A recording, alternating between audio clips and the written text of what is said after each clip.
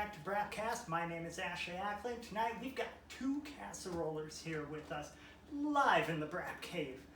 First of all, on my left, we have the racer, the pacer, the well-lined chaser. It's Cain. And to my right, it's the man, the myth, the meme. It's Augustine. And I'm totally gonna edit in like the horn, like the bam bam blam. Exactly. I like it. Shout out Augustine. Yeah. Oh, he's right here. Right? Oh shit. That should be first question. How does it feel to be a meme? Oh my god. That's what I didn't even know that Adam Sanaki, like I didn't know those guys did it too. Like I was listening to that one today and I was like, is it every episode that this happened in? There's Yeah. a lot of them. It's a lot of them. becoming a meme now. I guess so. I actually got shouted out in a few, like 3 or 4 times too. Yeah. I think once or twice because I've won a couple raffle bikes, Yeah. and then once or twice for racing. Walking Yeah. away with all And the welding. fucking money. And welding, yeah, Welding's probably. usually the thing. Shout out for that. It's usually like, I need somebody to remember shit. Yeah. It's one of the Jakes will do it. Yeah. Exactly. Yeah, Jake Smith has a TIG welder now, so everybody Hit Jake him up. Smith. Hit up Jake Jake Smith will Smith. love all of your stuff. Every casseroller has either worked at the same place or lived in the same place with somebody else in the casserollers. Nice. I don't think that's actually true, but it's pretty close. It's pretty damn close. There's a lot of overlap for sure. Yeah. Most of it's Marie's houses. Yeah. Well, yeah.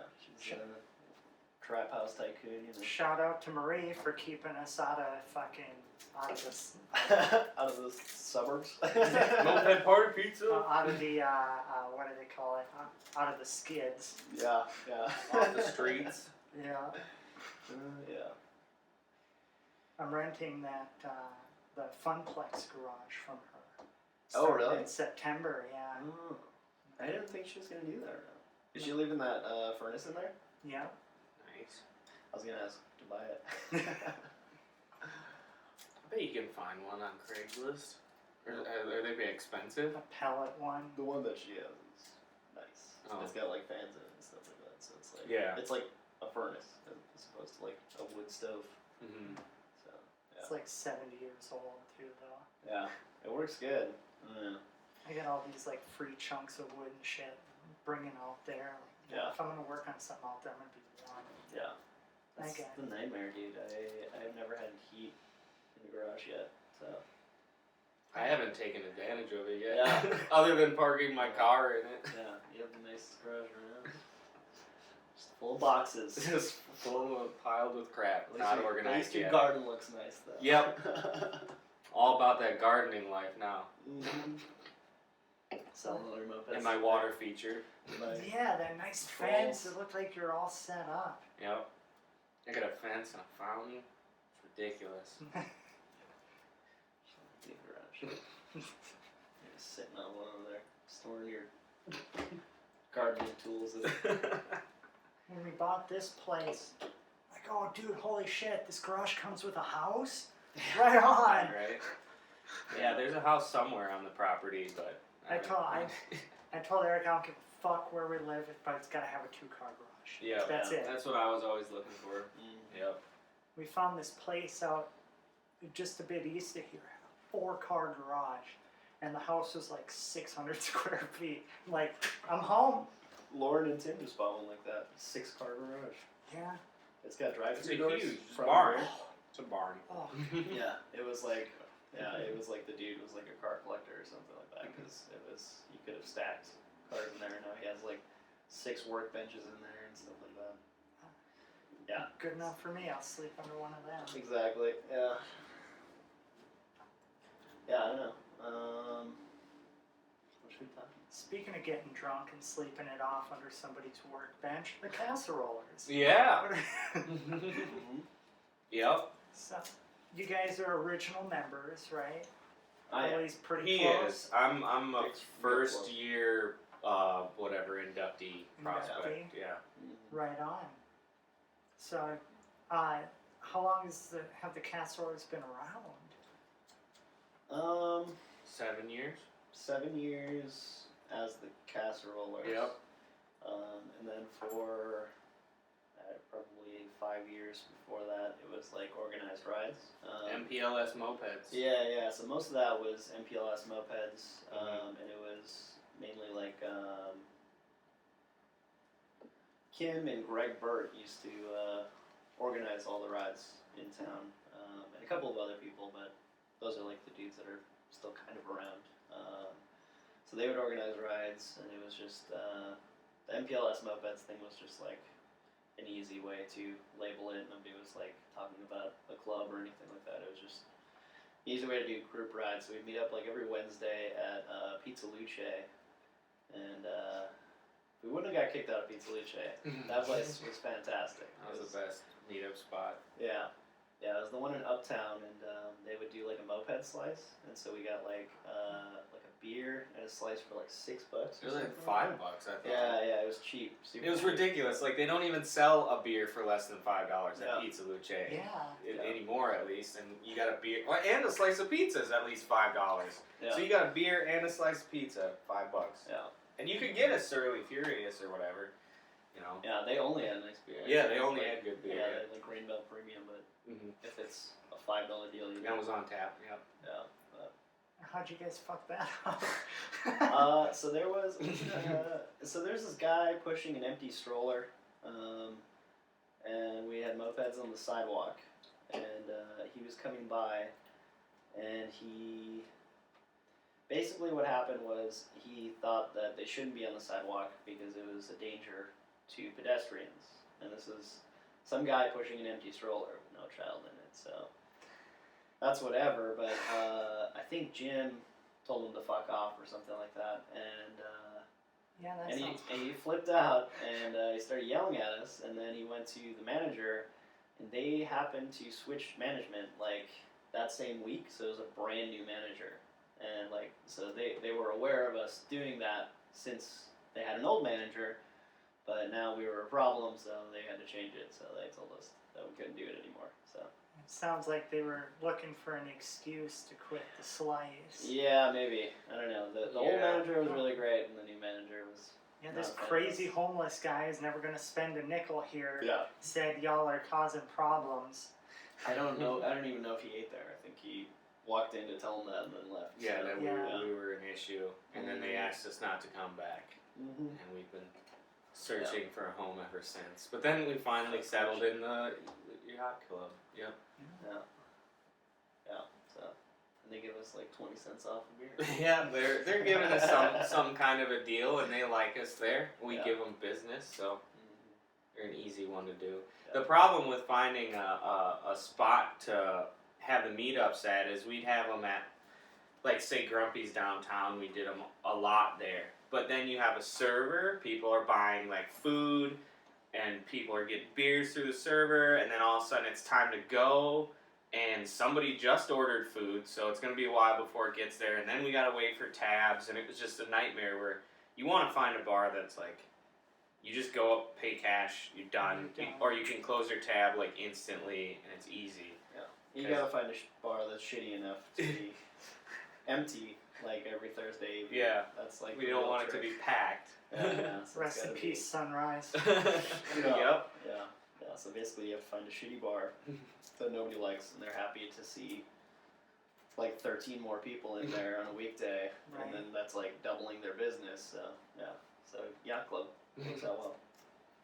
For the people that don't know, this house is like 2 blocks from where Sunrise used to be. Yeah. So even when I had that Gorelli, man, I could make it there, no problem. Yeah. Sunrise is great. I ended up pushing it back a couple times. We had our rally there. Yeah. They let us like ride bikes through the bar A couple times. Oh, that was fun. I got some free socks there one time. Somebody left a brand new package of socks unopened on a bench, and it's like some tweakers that were in there, and they like ran out of the booth, and I was like, sweet, free socks. So, ran out on their tab, left probably. socks. I don't know. Yeah, the 3-2 beer was the only unfortunate part about that place, but nobody ever noticed. Yeah. The only time I ever had a problem at Sunrise was when the guy was so drunk he didn't turn on the grill before trying to cook our burgers. Yeah. And it was like 7 minutes, and he comes out, he's like, It's gonna be a little while. Yeah. Look up over there, and they're still frozen on the grill. And you can see where he tried to flip them. Yeah. Yeah. I don't think that place ever turned on the grill until we showed up. Like every time that we got there, it was like, "Oh, turn on the grill!" Like, yeah, it was every single time. So, Yacht It's Club is amazing. pretty similar. Yeah. For like, I don't think I've ever seen anyone else order food, and we're ordering like a ton. yeah, yeah. So, oh yeah, works. You know, when I ordered chicken wings at the yacht club, the gal went, she gave me a look like, oh shit, I don't even know where those are. Yeah. Like, oh, we do that? I'm sure she was back there chiseling them out of the Just frost-burned in the corner. pile. Yeah. It's not too bad though. It's cheap. Yeah. So what else about the casserollers starting? So yeah, it was like Greg, Kim, and then Maze, Cam Long, Jim, all those people. Matt Canine was a guy that a lot of people that have been on MA for a while probably are aware of as Big Block Fiero. He did all the gas porting and ringland porting type stuff that for a while people were doing and having good results with, but kind of fell off. But yeah, he used to ride. I don't know who else. I'm trying to think Kevin of Fitzke. Yeah, Kevin used Fitzke. to Yeah, he ride a lot, but he's motorcycle dude now. I still see him around. He's still good shit. he builds sup boards now and Yeah. Boards? sup boards. Oh, sup boards. Mm-hmm. They sell in like fancy, trendy magazines for like thousands of dollars. So Fitzke He's killing it. stand-up surfboards. no.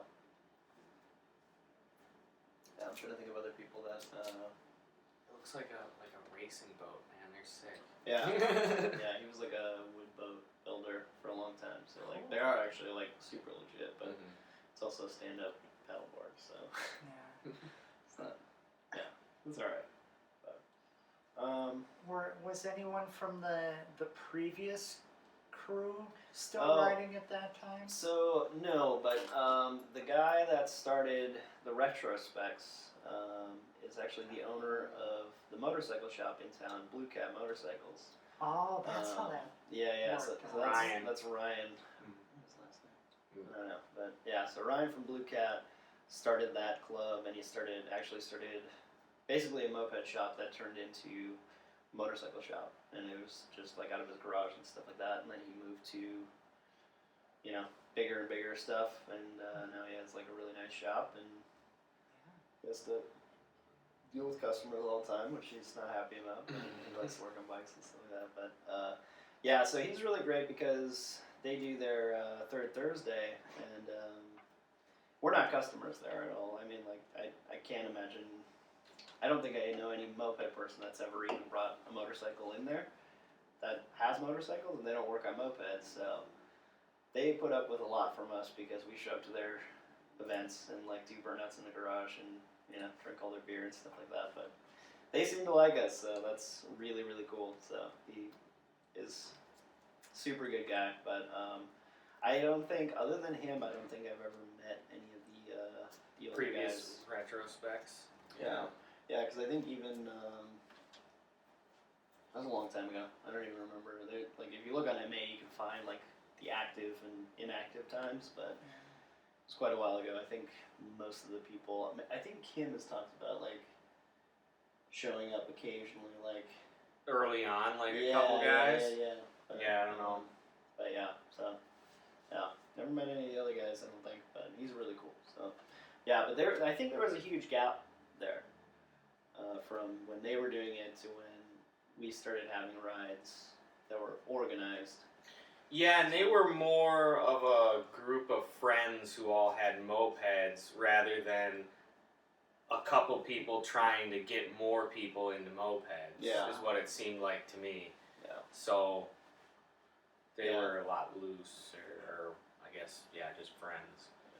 Yeah, you can see it too, like in like older Moped Army official clubs. Like there almost seems to be like early on in the beginning, it seems to be a big trend of like younger college age guys getting together and doing this and then like it becomes like kind of just like a phase where like eventually they just all get out of it. So like if you look at a lot of the retired clubs on the roster of like MA's retired stuff, there's a lot of stuff like that where it's like almost like a 5-year period. Yeah, and they only had like 4 to 10 members ever. Yeah, you know, and they because did like really small things. yeah, because MA wasn't that big, it was just kind of like oh, you want in? it was really easy to just like get a club to be in. So it was just like any other like town club where it's like, you know, they hang out for a while and do their thing and then they move on to other stuff and do other things with their life.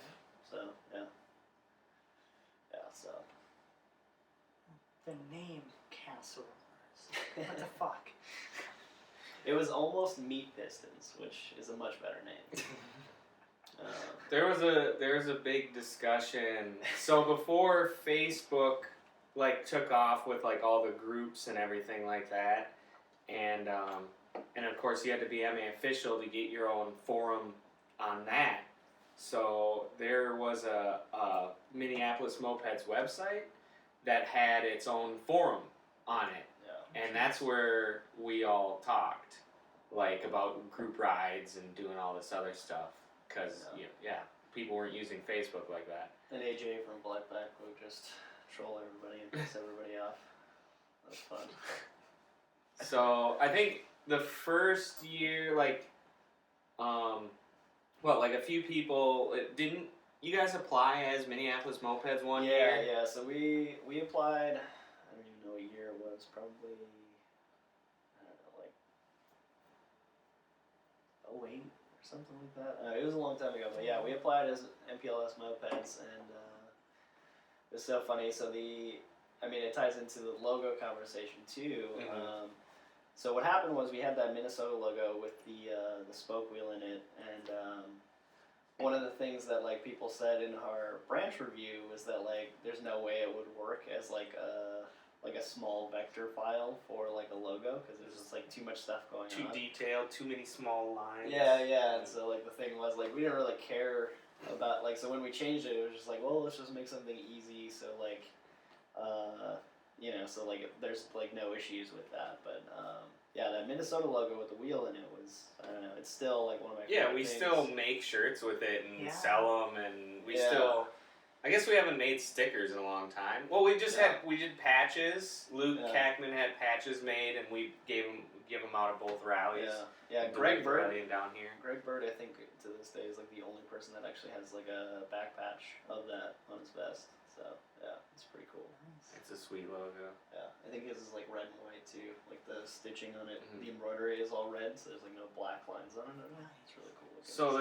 So then that's how the discussion. Same time, like I guess during the review, people were like, "Well, MPLS Mopeds, it's like way too generic. Yeah. Like you can't have a gang that's named just like your city." And mopeds. That's nowhere near weird enough for Moped Army. Yeah, so they complained about that, and then so once that was over, then in the discussion on the website forum, like there was a whole discussion about like what should we name the gang, and people were throwing names out there, and that's when I was kind of lurking at that time. Yeah. And I had come out to a few meetups, so I remember all that shit, like when we were discussing the names, and it was like Mill City Rippers and the Meat Pistons, and I can't even remember what the other. There was a handful of them, but like nobody could agree on anything, like, and so I think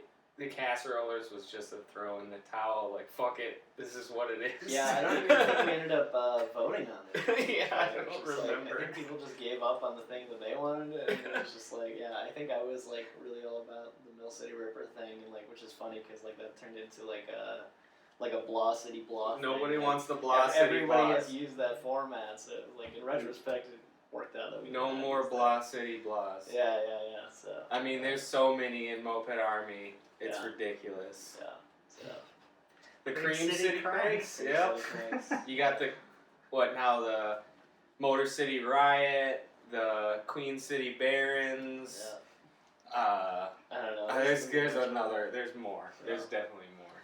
Yeah. And there's probably a few retired ones that had that. Yeah. Absolutely. Yeah. So So yeah, Casserollers worked, and it was dumb enough to be It's something certainly that dumb worked enough. out. Yeah.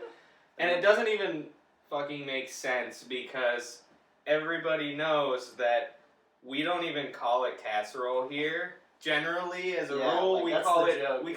hot dish Yeah. in Minnesota. Like that's, Yeah. but somehow we're the casserole because you can't call what's the hot disher roller hot rollers Hot dishers. hot dishers Yeah. doesn't work. Not quite. Yeah, so yeah, we're like the only place I think that calls it hot dish. Pretty sure in the entire country. So, But you know there are But nobody gets there that. are food-based gangs in MA. I mean you got the Hot and Ready's in Chicago, and now you got KFC now. KFC. No, skeleton gang. Food gangs are the best gangs. Yep. Food-based gangs. Mm-hmm. Because then you can have stupid things like a tater tot for tater tot hot dish, Yeah. tater tot casserole. as your tattoo No. or as your sticker. Mm-hmm. I definitely appreciate the newer logo. That'll be much cheaper to get tattooed as a tramp stamp. I finally get inaugurated. Full disclosure, I am a prospect with the club, so I may be a little biased in this. Yep.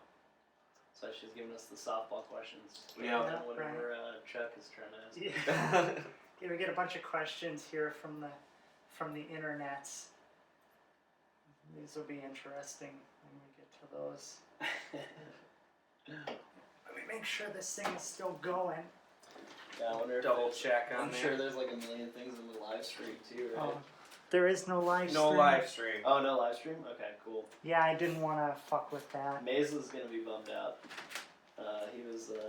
He got a burrito ready. He's on the website.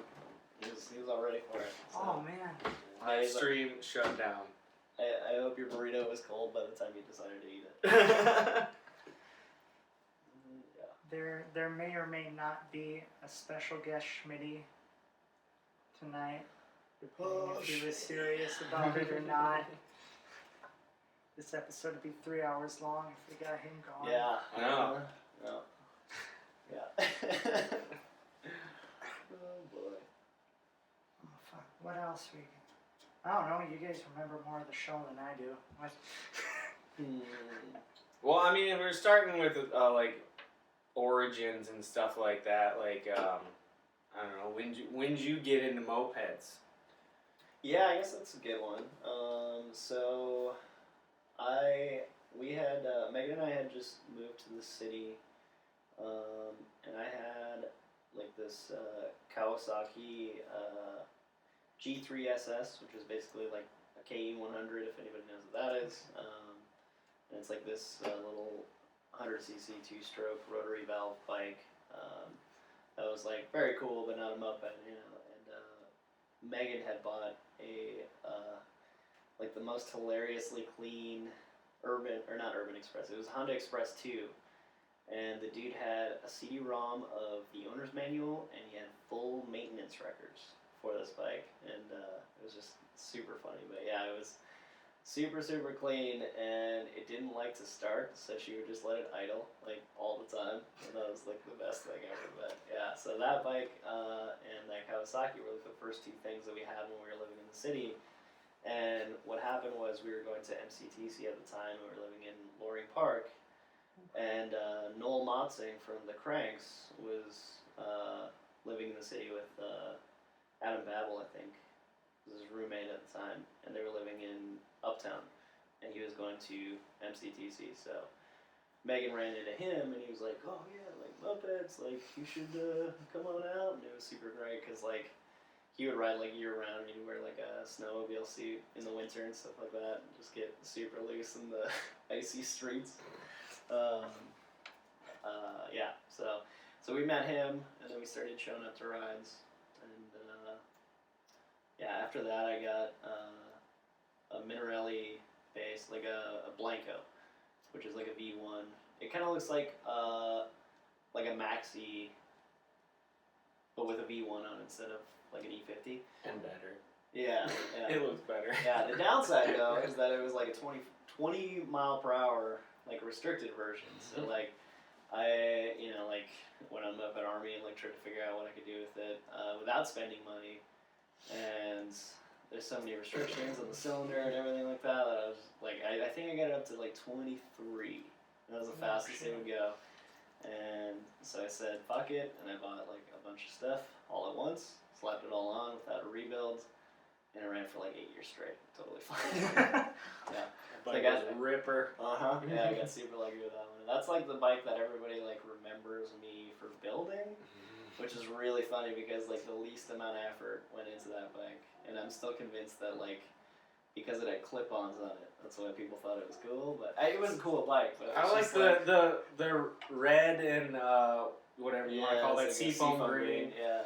Yeah, that was just like looked that good. was some that was like VHT only comes in like 7 different colors, and that was like one of the VHT colors, and I wanted to use like heavy duty high temp spray paint when I spray bombed it and super half-assed it. But yeah, so that was a fun bike. But yeah, so that was when it was like I'm trying to think. Like Greg Burt was kind of on his way out. Well, no, he rode for a couple years. Yeah. At that point, but I'm trying to think of like a point of reference to say what it was. I guess it was before we were the Casserollers, and it was MPLS mopeds, and it was more of a loose knit group of people that would meet up every week than like there was like a core group of friends, obviously, like it always is, but it was a lot smaller back then. And then separately I met Ben Cola. I didn't know that I don't think we had gone on any rides yet. Megan and I had not gone on any rides yet. And I used to take the light rail to work, because I used to live in Loring Park and work at Mall of America. And so I would just take the light rail. And so you used to be able to see his house from the light rail. And so we would, like, every day I would go by this guy's house, and he had like 20 mopeds on his porch. Like, cable locked through him, but like just out on his porch. And I was like, what is going on? So like it was like a couple of weeks of going past it, and I was like, I just have to like get off one of these days and like be late for work and go talk to this guy.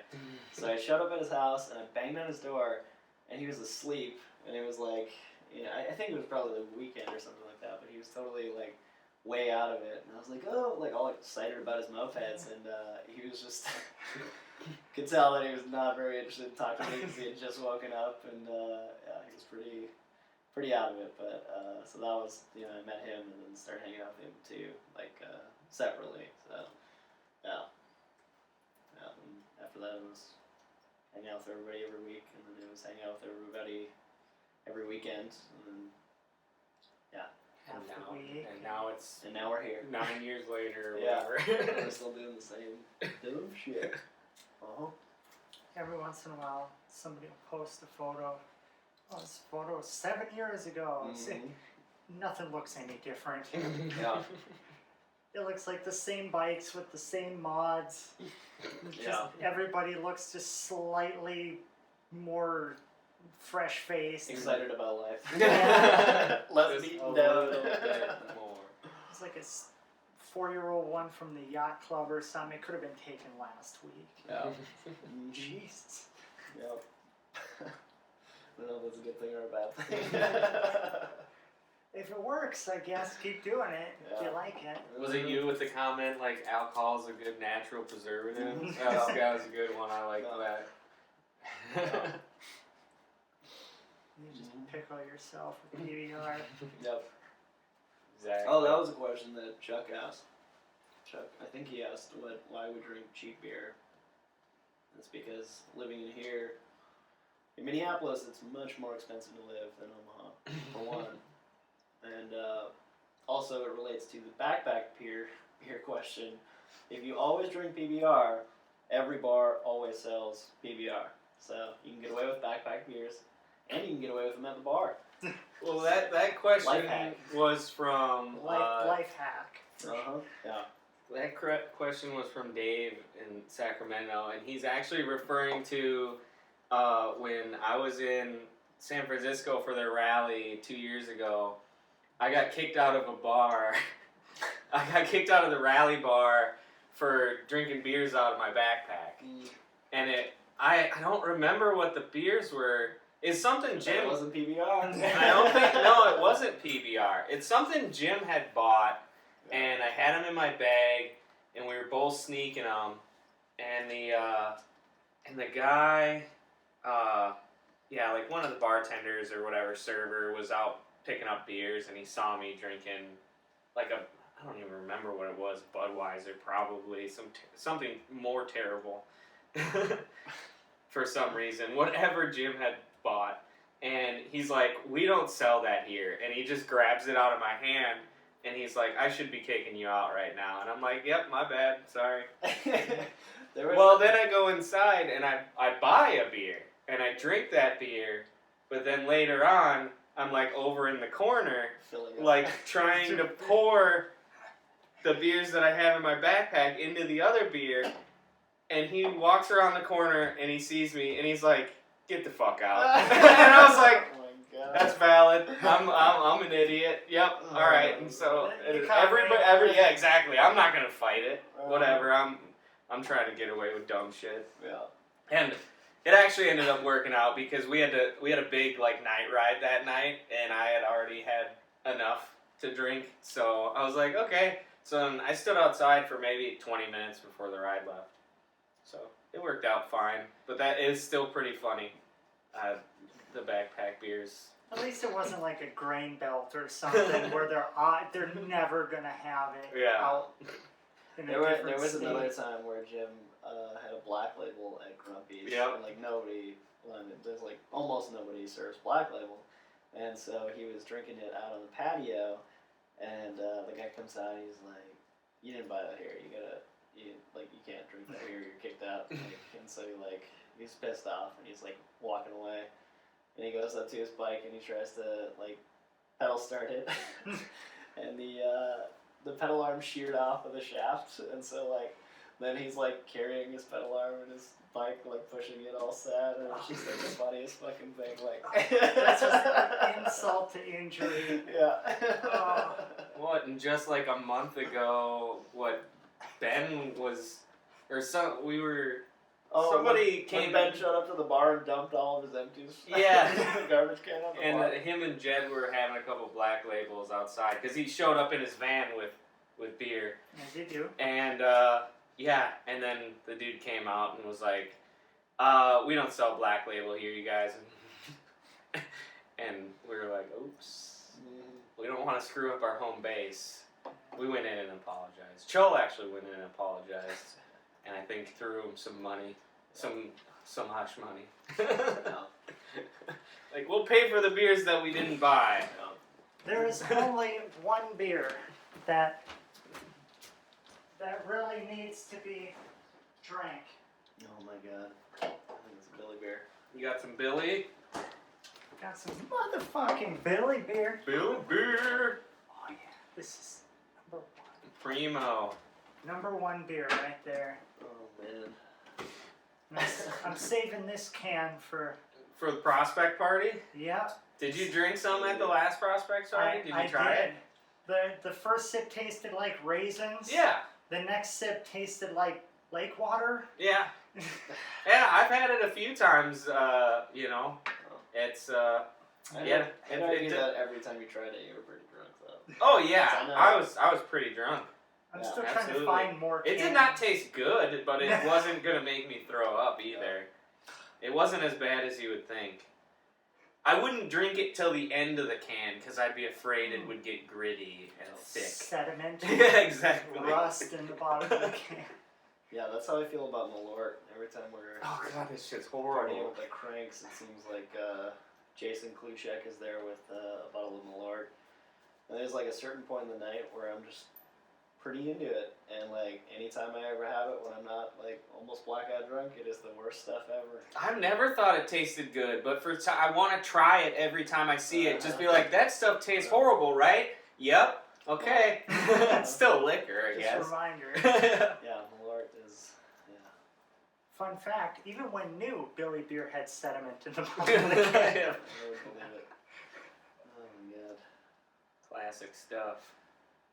Yeah. So, how about your origin story? So I used to go to Maze Lax like every Wednesday for a few years, and I got distracted. Yeah, so like every Wednesday for a few years, and then wait, we're gonna be able to hear him pee. Everybody, be quiet. Every time I do a video version, you can hear someone piss in the background. This is gonna be a thing. No, we're gonna be quiet. As I take the camera and open the door.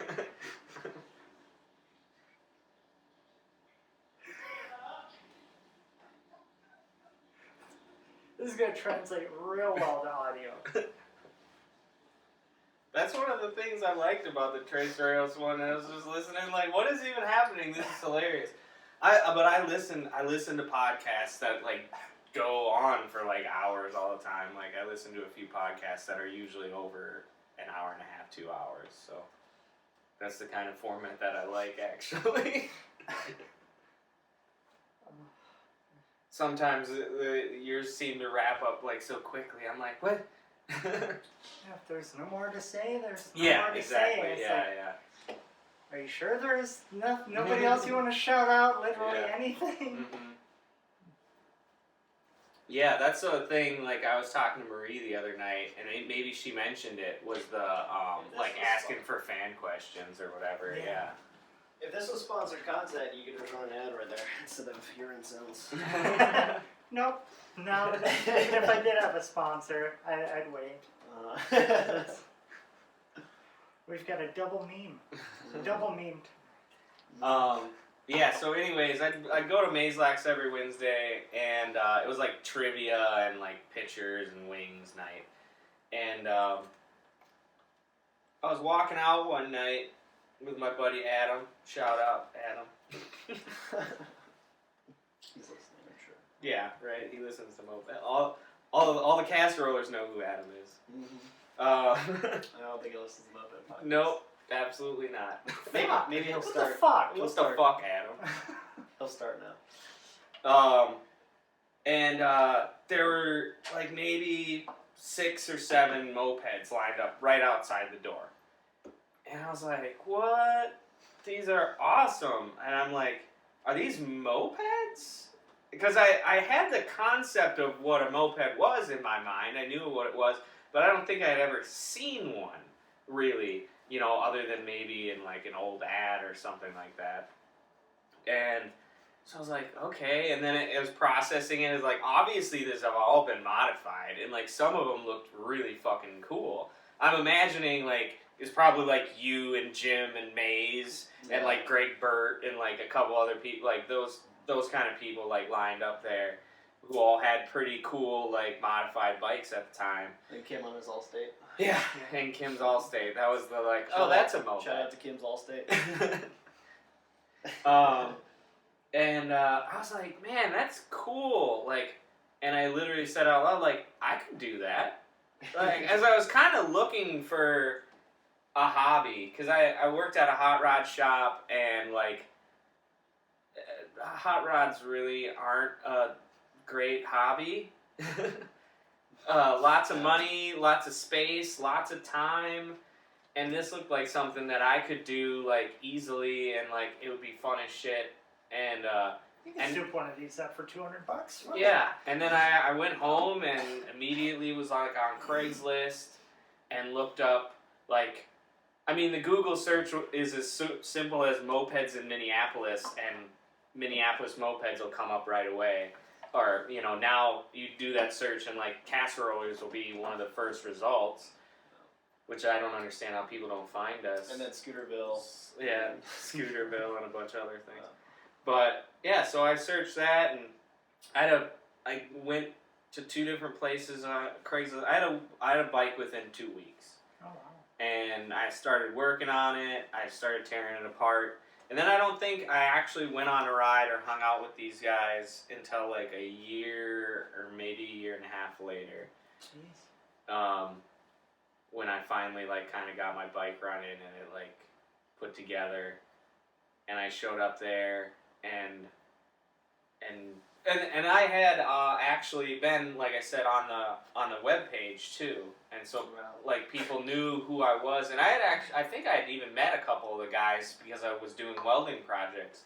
Nobody at the time in the crew was welding at all, and somehow we had some idea that you were like some older dude, like an old man. Some older dude had shown up to a ride at one point, and like somehow the rumor was that like that was him. Yeah. The username that he was using. Because my and so username was WeldFab Design at the time. So nobody knew what the hell he was. Yeah, and so like even That's when, not like you. a few rides into it, like nobody even knew who I was except for like Marty, because Marty was the only person who really talked to me that much at first, because we both had Tomoses at the time, and so I understand how people think it's hard to like bust into the group, but you just gotta hang around a little bit more. And we're also trying to be friendlier to new people when they show up. We always talk to them. But anyways, I started hanging out, and then like at one point, Maze used to be a dick to every new person. yeah, every time. Shout out to Maze for being a dick. Maze, I was standing next to Maze. Somebody was talking about welding something, and he was like, "Who do you think you are, WeldFab Design?" and Marty looked at me, and he's like, "You know, this is WeldFab Design, right?" And everybody was like, "What?" Had no clue who I was.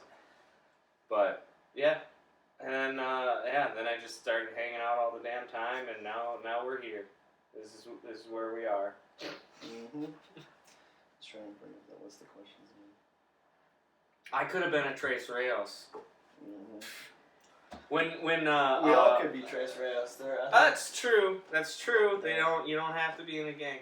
But like when I first started on that forum, and I was like offering people like welding and stuff like that, I think I met Luke Hosfield and did some welding for Marty, and when Stan moved into town, I think he'd been in town a little while, but he needed like a Shaw carb, and I had an extra one for some reason, and I met him in my garage, and we hung out for a little while, and at the time I had only gone on a couple rides, and Stan was like, "You want to start a crew?" He's like, "We should start our own thing." And I was like, I don't really know. I'm not really that into it that much at all. But now years later, here's the Trace Rails. I could have been on the ground floor. Yeah. I don't know if he had already been hanging out with Adam at the time or what. Been the Quattro today. I could have been the Quattro Rails. Quattro Rails. Son of a bitch. Instead, I'm with the Casserollers. Yeah, the other thing that we used to happen too is we used to go to rallies all the time and just bring Casserollers. Like we would freeze them and bring them to a rally for people. And then like 3 separate times we had people complain about like having to deal with it once we brought it to them. And so we were like, okay, we won't do this anymore. Like people were just like there was more people what? that were bummed. Now we have to cook this, and we don't even know what it is. And I think we found out like most people didn't even end up eating them. Yeah. We were bringing them as like peace offerings. Yeah. Like, hey, we're a new gang from like Minneapolis. Yeah. Yeah, but oh well. Whatever. Yeah. It's a memorable shtick anyway. I know, right? That's what I mean. Everybody likes food. I'm sure there's somebody out there. Remember when you were bringing us all that weird shit? At the Chicago rally, Jed kept like randomly, like in the middle of the night, and like just walk outside the hotel room and would just yell, "Casserollers!" And I heard multiple people that weekend say, "Who the fuck are the Casserollers?" And so that became our rally name the next year. Yeah. It was like the perfect thing. Yeah, that was a petty cash retirement party. Yeah. Yeah, we had like 16 people there. Yeah, it was ridiculous. Like if you watch the rally video, it looks like our rally video because there's like more Casserollers there than anybody else. Yeah. That was probably like for sure, like that might be like, if not the best, like top 3 rallies I've ever been to. Oh yeah, that one was insane. They went all out. Yeah. All out. Yeah, that was wild. Yeah, and especially so many of us were there. It was just a blast. Yeah. There, Jed left a sign on his window on his truck on was it Saturday night for Sunday morning, Yeah. and it was like this really aggressively worded like, "Do not park me in. I am leaving at like 6 a.m. or 7 a.m. or something like that." And like we rolled out there at like 10 a.m. and we saw his truck sitting there with that sign on it, and that was like the funniest fucking thing ever. Yeah, there's a picture of me and Jim and Marty standing in front of his truck, and it's Like 10 time o'clock. stamped at like 8 or 9 or something like that, and it says leaving at 6 or something. Yeah. That's awesome. It was a long night. It was a good night. I didn't go to bed that night. Yeah. Damn. Yeah, I got like 2 hours of sleep that night. It was good. Yeah. So, you guys talk about these Thursday rides and get-togethers. What does that look like? I mean, it's usually pretty big nowadays. I don't know, usually we have like at least 10 people. I would say on like a good day like on a really good day we'd have like 30. Yeah, like they can get pretty big. Yeah. And Yeah. usually there's more people that hang out than are actually ride, or there's additional people just hanging out than the people who are Yeah. riding. So like at the bar there might be 20, 25 people, and then there's a ride of like 15 Yeah. or something like that, or 17. Yeah. Depending even on- if people don't have something running, they'll usually show up for a little bit at least. So, yeah, I don't know. I mean, it's a lot of That really says something about the friend group. yeah, Like, hey, I don't have anything to ride, but I'm still going to show up and say hi. yeah. Well, and that's pretty consistent because of like the fall and winter and everything like that. Like our Thursdays aren't just a ride; it's a meetup, and it goes year round. Like every single Thursday. I think there's a few that get skipped, like Thanksgiving, but we might hang out the Wednesday before or something like that.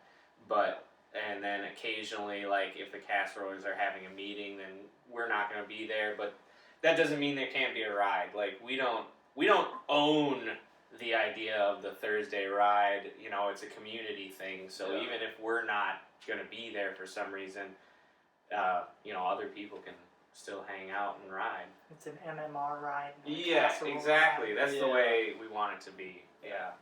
Yeah, and I think it's a little bit better for like a community setup to have like a separation of that because, well, like you said, like we don't want to. There's like nothing about like having more control over that stuff that is actually fun. Like I would rather like people do anything that they want, and like when people feel like they're not welcome or when they're not, you know, they can't do something because they'll infringe on us, like that is not a thing. Like the more people that take initiatives to do stuff, that's like awesome. That's amazing. You know, like I mean, otherwise we'd all be riding by ourselves. Like if nobody got together at some point, we'd all just like not really do anything like this. And I think that's really cool. And like I think it goes the same for like pretty much every, you know, every club that that's been around for a while is like, you know, the best part about doing it for a long term is actually getting more people into it and getting more people excited about it. And it's hard because, you know, you get to a point, I think a lot of people get to the point where it's like, well, this is our thing, and like, you know, they have so much ownership over it because they've been so dedicated to it that they have a hard time letting newer people into it. And so like, we actively try to keep bringing people into it. Yeah, you know, like, yeah, and be welcoming to new people, and Yeah. constantly having prospects, and yeah, because I mean, keeping the community young and active. Like, I mean, we could have shut it down freaking years ago when we're like, this is the core friendship group, like, everybody else can fuck off, like, Yeah. but that's how gangs die.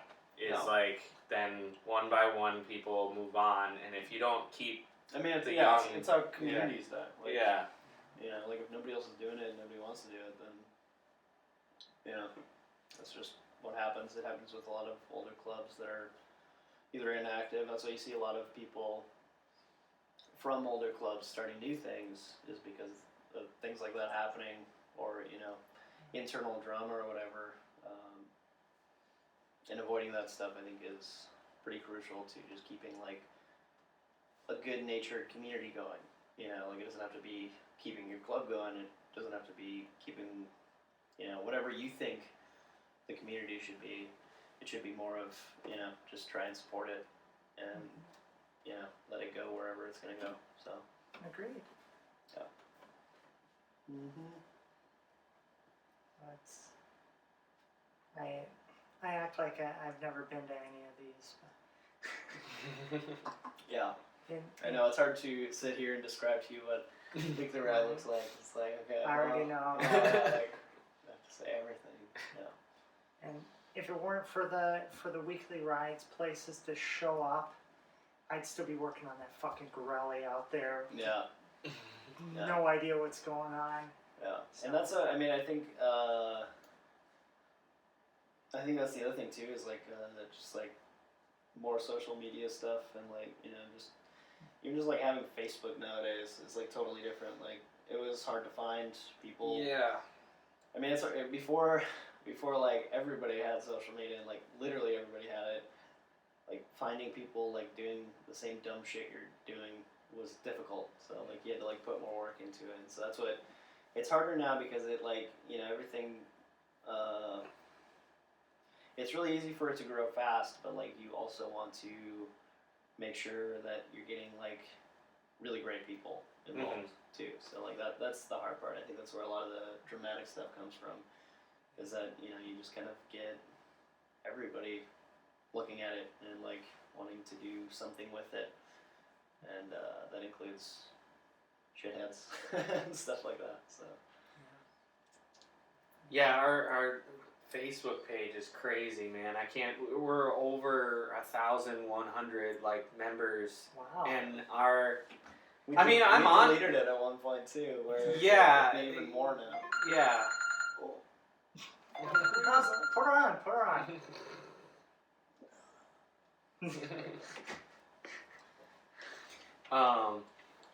Yeah, and at least I'm on a lot of moped like group pages, and ours is probably the most active in the country. Yeah. It's or at least one of the most active. It's insane.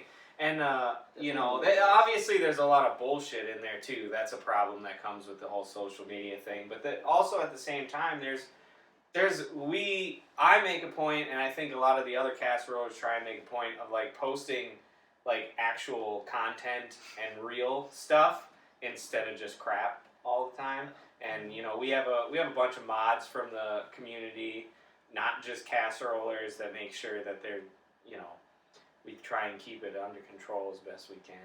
Yeah. Staying all right. Yeah, it's a weird thing. And actually, like he said, at one point we had the Minnesota Moped Riders webpage or Facebook page was the Just Casserollers page, and so we were like the representation of Minnesota, and like everybody in the community was joining our page. And then we had some drama on there that we didn't want to be associated with, and it's just like really hard when your name's on it, and you're like, whoa, but they're not with us, actually, they're just on the internet. And so we had a crap load, and we deleted that and started over with the Minnesota Moped Riders to try and, make sure it's... Yeah. Well, more importantly, just to make sure it was like I said, like more of a community. More of the community thing, yeah. Like a club thing, like yeah. We have our own club stuff, and that's we just separated it at that point, because we realized that. At a certain point, we got to the point where there's more people in the community than there is in the club, and like that didn't used to be the case. Like it wasn't like it was more exclusive then.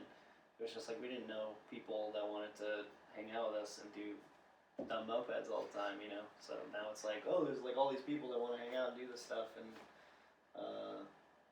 like he said, like just keep it keep it a community and like keep our MA thing separate, and then everything works out better. So yeah. Right on. Mm-hmm. So I don't remember who it was who, when the podcast was first starting out, what was it, you? That was like, you gotta talk more about the bikes. Maybe. I thought that was you. I think I gave you some criticisms, but I can't remember what they were There's now. nothing about the bikes in there. Yeah, So I always make sure to ask now, when you show up to one of these Thursday rides, Yeah. you see that line of gleaming chrome down the sidewalk. What kind of stuff are you most likely to see? We've got a little bit of everything. Yeah. It's pretty pretty diverse. One thing, like, and also like it seems to go through phases. Like a few years ago, everybody had a motor Cain and was working on it, not necessarily always riding them because they're broke a lot. But like there was this phase of like fucking everybody had a motor Cain. Where was I? And then, I missed I mean, that. people still do. Everybody still does. It's just that now it's like shoved in a corner. But and then now it's like the phase of hobbits. Like the last 2 years, it's like these hobbits have come out of the woodwork. Where when we first started riding, like there was hardly any around. Yeah. Now it's derbies. And then now they're derbies all of a sudden, where they never like existed naturally here, pretty much. Yeah. Now we're shipping them all in. And Omaha just keeps taking them back. Yeah. But like, yeah, Pookie 50s it's gonna be, that's pretty standard across the U.S. You're gonna see those, and then Hobbits, Motor Cains. You don't see. I mean, we got the Vespa representation right here, There's quite a few people that have. and now like Vespas seem to be popping up in other people's garages more. Just none of them are running. So. Yeah. They're there. Well, Marie's holding down some Vespa stuff now. She's getting it done. Mm-hmm. She would be mad if you said now, because she's had a Vespa since she was like. That's true. 13 That's or true. 14 or something. But she was just riding her Pook for the like. Yeah, that's true. First forever. Yeah. Either way, you're gonna hear about that, I'm sure. Yeah. Marie's got the Vespa stuff. Uh-huh. Yeah, there's a pretty wide variety. I think the only thing that you don't see a ton of is like Italian, like non-variated bikes like Minarellis and Marini. That's exactly what I was gonna Stuff say. like like that. Minarellis and Marinis don't necessarily seem to I be think, around. like, pretty largely across the community. I want to That's build a V1. Those the are case. sick. Yeah, they're super fun, but You want to see Gorellis or anything? no, Gorellis are pretty common There's here. a reason. Yeah, Gorellis are pretty common here. Like I see a lot for sale. Yeah, you don't see them on rides. Yeah. You don't see them sold, you just see them for sale. Yeah, right. Yeah. Shane's bike every 6 months or so. Yeah, Shane Lockhead has one for sure. There's a couple Tomoses floating around, but I'm really the only person who does like Tomos thoroughly. Kim does it too. Well, yeah.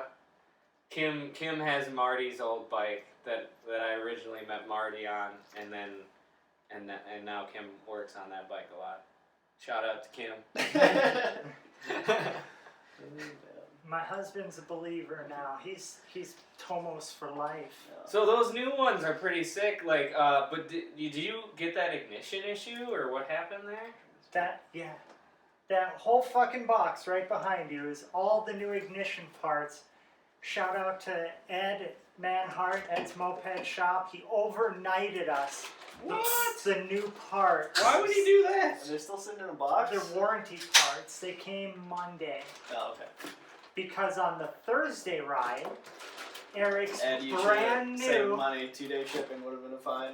brand new 2018 Tomos was the only bike to not finish the ride. He just lost spark. Does it have electric start? Nope. No. Okay. It just lost spark, and that was it. And it puttered to a stop, and it took me 2.5, because we were way out there, it took me 2.5 hours to rescue it. Yikes. course, I'm riding my Moby, so the whole way back, I'm like, come on, baby, just Yeah, right. don't fuck me now. That's Don't crazy fuck that me. they put the electric start cog on everything, even if it doesn't have electric start. Really? Yeah. Yeah. When did you put electric start on that? Yeah. Yep. Those, All the holes are there. Yeah. Yeah. I don't know if the wiring's there. all When, the wiring, really? all the holes, all the wiring. You just he need a bought- motor? He bought all the parts he needed for the blinkers, and it's just plug and play. Yeah. The holes are already in the thing. You just screw them on, plug in the wires. When the Buzzards did the pinball run, they had electric start Tomoses, and they had key fobs for their start. Yep. Oh, remote sick! start Tomos. Yeah, they had little remote Sick. starts. That was awesome. Uh-huh. And then they had their crazy, like, tuck back bars. Yeah. No, not so sick. And I think they had the most fun during pinball for sure. They enjoyed it. Yeah. What, shout out to Charlie Buzzard, Yeah, and Tommy. Tommy. Tommy was there. Yep. Charlie, I'm sorry. You guys were so mad when you were here for that. We got Ray done. Yeah, rain That was probably one of my second favorite rallies. Actually, was the last Blast of the Bridges rally that they had. Yeah. That was super fun. There was some dude there, and I absolutely can't remember who he was, but he was like pretty lit, and he tried to stand up and surf on his Magnum, and he crashed super hard into like a ditch, and he had all these scrapes and cuts from it, and we jumped into this river that was very questionable. Like there was like dead fish in it, and it was just like bad, like very not sanitary. And I remember like about an hour after he got out of the water, like he already had like white and green spots on his scabs, and man, that looks so bad. Like it's definitely infected. Yeah, that was a fun rally. Yeah, like one of the things, like Tyler and Megan and me and Jim, like we hit rallies pretty hard. Like I think we were probably like the most out of anybody for a long time. Always, like we drove The long distance ones. Yeah, we piled in Megan's truck, Ford Ranger with just the jump seats in the back, the four of us, and we drove to Sumter, South Carolina for the Buzzards rally. That's a long go. Oh. It's like 20 some hours, 23 hours, Yeah, or some something like shit that. like that. I rode in the bed of the pickup at night on the way back for like 10 hours. That was pretty good. I rode in the bed for the Yeah. first like leg of the trip. Yeah. I remember waking up in like, I can't remember, we were probably like going through Tennessee or something like that, and I woke up and we're like in like mountains, like driving, I'm hurtling down the highway, like sleeping in a sleeping bag, like in the back of a truck, and I just like popped my head up, and I would love to know what the person behind us was thinking at that moment. Yeah. Like they could have been driving behind us for like 3 hours, and all of a sudden some guy just like pops his head up, and he's been in the back of the truck the whole time. Because we were really worried about getting caught, so we like did sleeping bag. Well, and it was cold too. Yeah, it was like, cold, It was pretty cold back there. So like we had sleeping bags and blankets and a tarp like covering everything. So like if you sat, like you couldn't see anything until you actually like climbed out of all of it. So, yeah, it was pretty good. Yeah, going down the freeway in the back of a truck bed like that is pretty wild. Yeah. At least the topper? No. That's Oh, shit. It's like 2 bikes on either side, and you're just laying in the center. Yeah. Yeah, I bet that was pretty cold. In my head, I had the topper on it. Mm-mm. Nope, no topper. Yeah. It was more comfortable than sitting in the back, though. Yep, it's true. Definitely. Those jump seats are a little bit tight. Damn. Yeah. So, you guys, speaking of rallies, the, man, I've about had enough beer tonight. there was a thought there, and Drink some Billy beer. it fell the fuck. As soon as I cracked that, you two finish. Straight off the chair. I wonder if it like ferments more while it's sitting there. I bet it does. It's just like condensating, getting all gooey. That's great. And We need some like graphics like this. New stuff. I got my patch. Nice. If anybody knows, somebody's grandpa got a 6-pack of this in the basement covered in dust or out in the garage, let me know, I'll buy it. You can find it on eBay for like too much money. Yeah, but All the time. they can't sell it unless they've been emptied. Oh yeah. So- that's Oh right. really? Yeah, which I don't want the can, I want what's in it. Yeah. That's For better or crazy. worse. I actually I bought an old glass bottle of grain belt at a thrift store, and it's full. I still have it. It's a cool little antique, and when I was checking out, I'm like, do you need to check can you sell this even? And they're like, I'm just a cashier. Like, I think it was like a couple bucks. It was pretty funny. Might not be any alcohol left in it. And if you do try to drink it, I'm sure we'll see you on it. Yeah. Yeah, not a fan of old beer.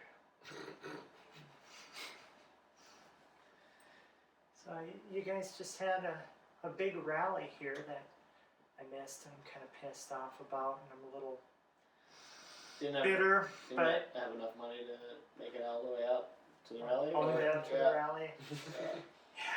Quite the haul. Yeah. Well, since the Brap mobile died, I just got this Corvair, and 6 miles Yeah, that was might a not little make it. iffy. I didn't want to risk it. Do you still have the Bratmobile? Get rid of it? Man, I had that really bad week, and I ended up selling that thing. Okay. I had it for a month. I put $1,000 into that. And Yeah, you at were least working on it all 60 the time. hours. Yeah. That's probably for the best. Yeah. And I sold it. And then immediately, I'm like, all right, I'm done with all this shit. I'm done with this van. And then Eric's like, well, I just bought a new Tomos. Well, what the fuck? It's like, Yeah. I guess. And now my mom rides.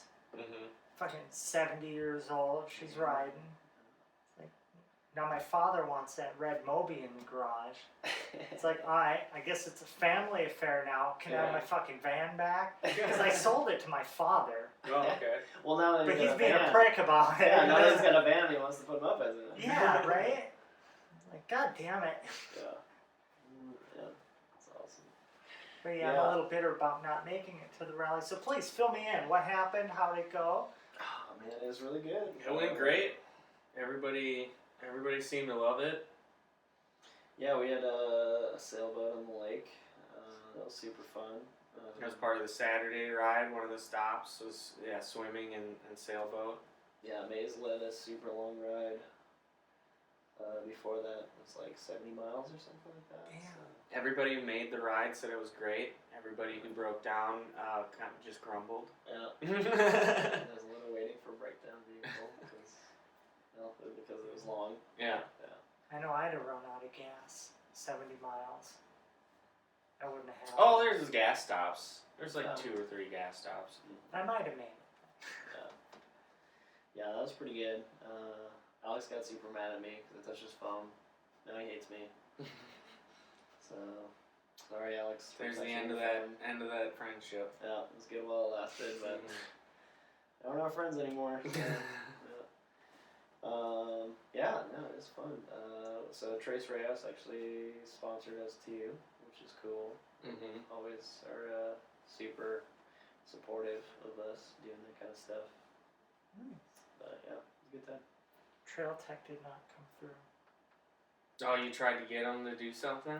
I talked to the head of marketing through the internal chat, and she's like, "Yeah, we want to have all of the market to ourselves, and we'd love to send you some shit." And she just pops smoke. I think anybody that is good at their marketing job probably realizes that it's a really bad move for a company to sponsor any moped rally because it's basically a private event. Like it's not one of There's not a lot of like public access. Yeah, it's to, not like advertising and stuff. Yeah. That's like kind of the deal with it. So it's basically you just have to pretend that. It's a big thing. Yeah, that's how it usually works. So yeah, you just gotta. Yeah, or there's just like people that like, are genuinely supportive of it. I mean, Trail Tech, obviously moped companies do legitimately sponsor them. Yeah, I would think Trail Tech would probably be somewhat interested. I think they sell a lot of stuff to moped people for sure. I mean, there's not a lot of great alternatives. There's other stuff out there, but it's not. Not Trail Tech. So.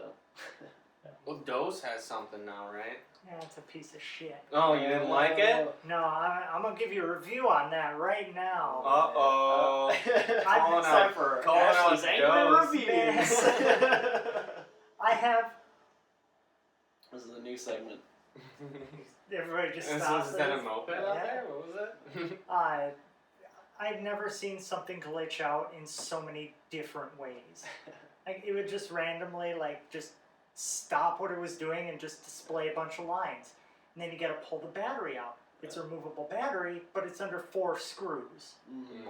And you give all 4 screws, pop the battery out, and then you're back.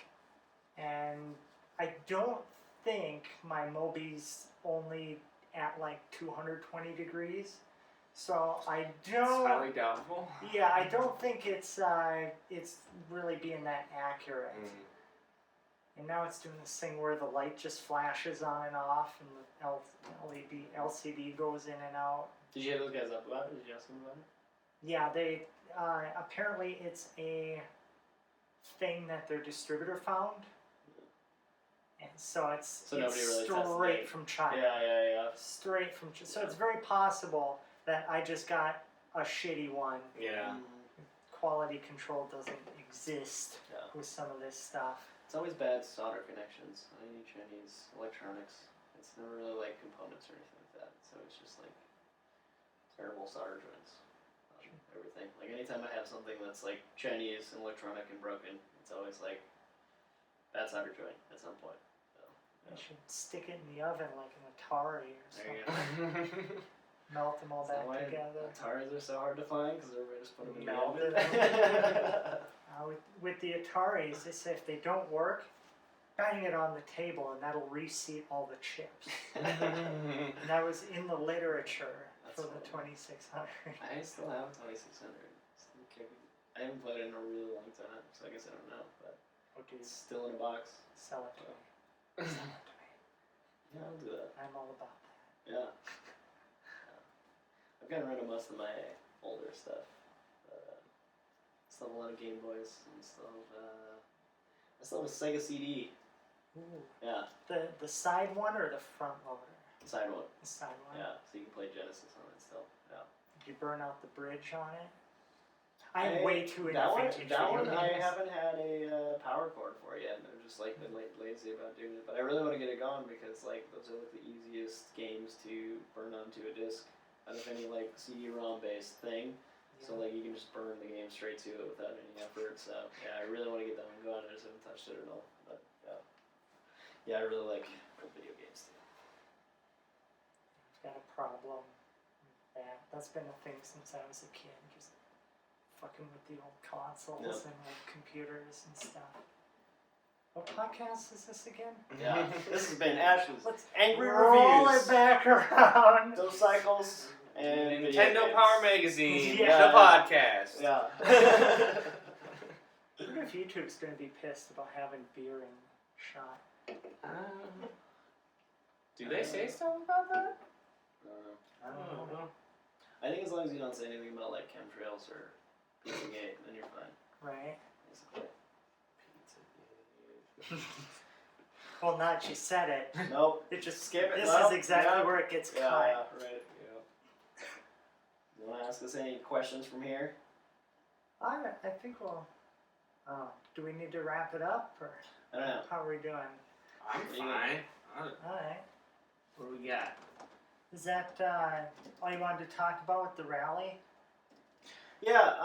Who So won? so what we do is we do every other year, just to make it easier in general. It's been like a Moped Army thing that we've talked about a lot. Yeah. Alternating years for rallies makes it easier to plan. A lot of gangs on the West Coast do it, and Yeah. we There's a lot more clubs than ever before, so like it's easier to the rally calendar really starts to fill up, Yeah. and it's insane. And so like one of the big suggestions a couple years ago was like we should do every other year, and everybody was captain at a time, and then the whole gang kind of agreed like that sounds like a great idea. It's a lot easier. It gives us a chance to kind of collect our thoughts and collect our money too, like because we have dues, and like make every other rally like better. And then also I really like that it gives us a year off, and one of the focuses that I like to think is that like it gives people in the community an opportunity to go to other rallies. Very true. Instead of just being like, oh yeah, I go to the Casserollers rally and like the Omaha rally. Yeah. It's like, well, you're not going to the Casserollers rally this year, so you should be hitting other things like diversify. Yeah. It gives all of us a chance to go to other rallies. Exactly. Too. Instead of because planning a rally is a friggin' nightmare. Anybody who's done it knows it's not exactly fun. To plan a rally, once the rally's going on, it usually comes out great. But and one of the things about being the hosting gang is you're not the ones that are supposed to be having fun. When you throw a party, it's for everybody else. Yeah. So it's also been cool. I think the Midwest in the last 5 years or so has really the community has grown even more so. yeah. Or I guess in the last 10 years, but yeah, because that was the thing about driving long distances to other rallies is that other than the cranks, there wasn't a ton of stuff going on in the Midwest for a while. There just wasn't a lot in our area, so we started hosting rallies because there was less stuff to go to, and now it's there's too much stuff in the Midwest to go to, and makes it really hard to do those long distance trips to the East Coast or the West Coast now, because that used to be our only option for getting out of town, and now it's really easy to, we're gonna go to Duluth soon, and we're gonna have to leave the state for a different rally because Luke's throwing one up there, so yeah. I swear to God, I'm gonna make it to that. That's the only one I'm gonna end up being able to make. Were you there last year? No. Oh, okay. Yeah, the Duluth rally's great. Yeah, that's gonna be amazing. We need to You plug the Duluth rally. Yeah, you should have Luke on here actually. Yeah, but that's a lot of fun. The big things for sure are that, one, the fact that he's doing it. He's got a couple of buddies up there that are helping him, but he doesn't have much support. Because we're so far away, we can't help him plan it. So there's not much coming from us either, and it's amazing every year. More importantly, the riding up there is some of the best that I've ever done, and that's definitely something to be said about going to California and riding, and going to South Carolina was all cornfields, but it was still super fun out in the open. There's just there's different riding everywhere that you go, but up there it's just it's super scenic, and tons of hills up and down in both directions, and lots of twisty roads, and everything about it is super fun. So yeah, that one is gonna be, it's always a good time. Yeah, and that's September 7th, 8th, and 9th. Yeah. And he does that. If anybody wants to ride out there, riding to Duluth from Minneapolis is yeah. the real fun part. That's the shit right there. Yeah. That's if anybody wants to awesome. ride with me, hit me up. We'll be coming from Minneapolis to Duluth. So yeah, it's fun though. That's a good one. Yeah. Me and Tyler did it both years that he's at the rally. Mm-hmm. It's a good time. Yeah. Yeah. I know the crowd's looking slim this year, so. Yeah. Gotta drum up some support there. Yeah. If anybody wants to drive behind us really slowly, I'm okay with that too. You know, I might end up doing that because that van ain't gonna be okay on the freeway. Got a bad wheel There you bearing, go, yeah. so There you go. it might be good to just leave that at 40 miles, That's a long, 30 miles that's an a long, hour. yep. Are you taking the Corvair out there? Hmm? Oh my god. That's the only thing I got to haul that chopper in. I would be more worried about riding that uphills than like my moped.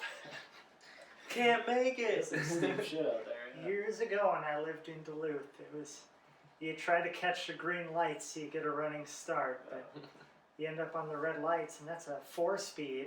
I was gonna say, yeah, it's like a 3 or 4 speed, right? Trying to get that off the line without rolling into the car that went right up on your ass. Right. And it's so doggy. You just hold it to the floor Yeah. and then like Just so you know, there won't go be from the gas to or from the brake to the clutch and throw it in. real quick. Yeah.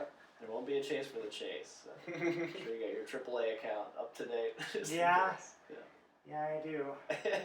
The other thing about our rally is like we try our best to provide as much like food and beer and like housing all weekend, and that's one of the biggest compliments we get about our rally is that people are like, we didn't have to worry about anything all weekend.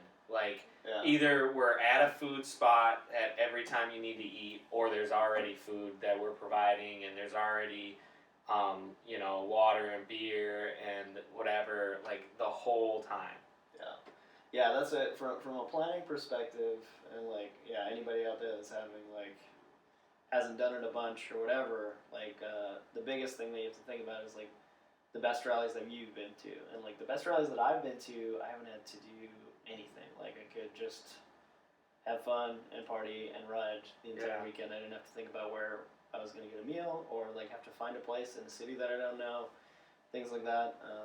And so for me personally, that's one of the best things to make a rally a good rally. And so like when we're planning our rally, it's like can we have food at this stop, and can we have like beer in the chase vehicle so we can bring it to every place that we go to, so we don't have to worry about people having to try and find it and stuff like that. So. Makes I mean, sense. obviously Minnesota is a little bit more difficult because we got like different laws on alcohol, and it's harder. You can't just buy it at a gas station and stuff like that. So we have to plan for it. So so we try and do all that kind of stuff when we're doing our rallies. I think people enjoy it. I don't know. I'm relieved that it's done, and it's like almost Now 2 another years. 2 years from until now. next time. So so don't forget about us in 2 years. Maybe I'll be able to make that one. Clear your schedule. Sure you don't have anything on the calendar yet. I guess I did show up to the one before that. For Yeah. 15 minutes or something. Oh really? Yeah. That was when we did it at Sunrise. Yeah. Yep. That's a wild spot. I was showing my girlfriend and at the time just my boyfriend about these bikes, and it's super cool. That's where that black Moby ended up coming from. Jonah was so stoked on it that she wanted her own, and we found that black Moby. Yeah. I think I remember you got that on Craigslist, right? Yeah, I feel like it was pretty cheap too. like 500 I think is what she spent on it. It wasn't that cheap. Yeah. But it ran good. And Eric had his red one from Maze, and ended up being mine, and that's what the chopper is today. Yeah. The Hog. Ran way better back then. I'll tell you. Yeah. Yeah, that red shell that I have has probably like 8 or 9 years worth of like long rides on it and stuff like that. And I haven't had to touch that thing, and there's like a bearing noise in that engine, and it sounds so bad, and I just don't want to take it apart. It It just still keeps runs good, going. like, yeah. I keep waiting for it to like fail really badly, and it just hasn't happened yet. So whatever. So. If it works. Mm-hmm.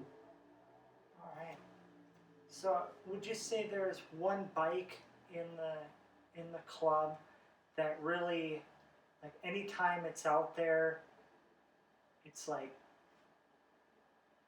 how do I want to say that? I've asked that a couple times before, but I don't remember how I said it. Is there one I think you build? said, like, best bike, like, overall. Is there one build that really wraps up what Casserollers are and what the club is about? Mm, I know there's some epic builds. yeah. I think it's pretty eclectic. That's like Yeah. the problem with it is like there's a lot of different priorities with people building bikes around here. Like there's not a lot of like who can build the fastest bike or who can build like the best looking bike. Like like there's bikes like Shane McElkee's. Are always clean as fuck. Yeah, or even like that General that Chol just finished. Is Yeah, also, like, Chol absolutely has great clean bikes, but then there's There's a lot of motorcycle shows that like are very nice to us, and they have like a moped class, and it's like not even mopeds and scooters, like it's just for us basically. And so like people build bikes for those, and those are like some of the nicest looking bikes. But I mean, it's hard to say that like that would represent the club overall, because like as much as I love those bikes, like none of my bikes ever look like that. And, like a lot of people are not as concerned about building a really nice clean bike. You know, and some people like, you know, that the Toby that you built. The, yeah, and that's Toby like that one's deceiving because it's like it's got patina and rust, but it's all like strategically planned. Yeah. Like most of it's like. And also, I like mean, 90% years. of the focus really is on like the engine. Yeah, So, like, yeah. You know, I mean, it looks good, but also like. It's fast as fuck. Yeah. So but I've gotten 67 on that bike. Yeah. What do you got going on in that? I think I saw it last summer. Is that the one that's on a Moby frame? Yeah, it's on a 63. Oh god, now the name of it escapes me. It's a 63 Mobilette, basically, and it's got Kreidler wheels, K10 forks with Carlos Spicy Wiener springs, which are just heavier springs that fit on there. I love saying that name though. There's a guy on MA who was selling heavier springs for K10 for a while, and that was his name. But and then Casseroller clip-ons. Maze had some clip-ons made a long time ago that had the Casseroller logo etched into Back when he the used to care heads. about us. Now he's black. No, he's not in black anymore. He's free agent. Yep, free Oh, agent. man. Trying to scoop him back up. Trace Rayos. You could get Yeah, there. Trace Rails could scoop him. Death Peddlers. The Peddlers, yeah. I think Maze is. I think he might be prospecting for Death Peddlers. Right? Yeah. So It's the rumor I heard. Pretty can't crazy. confirm it, but. But then I have a it's a Tomos A35 with like extra material welded on and a Gila kit, and I mean it's had countless hours of work and porting and transmission tuning and clutch tuning and everything. Like I mean just hours and days and weeks of my life are poured into that thing. Like lots of custom welding and fab work, and I've been pretty successful with it racing, and also like won a few awards at shows and stuff like that. And it's not just a show bike; like it actually fucking rips. Nothing moves. Yeah, it's one of the fastest bikes I've ever ridden. Yeah. I've ridden bikes that go like over 60.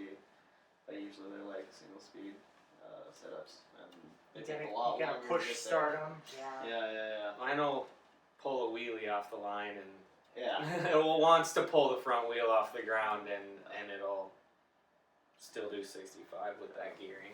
I think the one ride you made it on with that one, you just kind of sat there and idled along with us. That's one of the hardest things with that bike is it's so raced out that like I brought it to Chicago. So riced out. Raced out. And then what did I say? Yeah, it's so raced out. Got the 4x4 sticker on the side. It's actually, it's insanely reliable. So it is nice that, like, I've got it to the point where, at least at the last few races and last few rides I brought it out on, like, I've ridden the whole time and never had a single issue with it.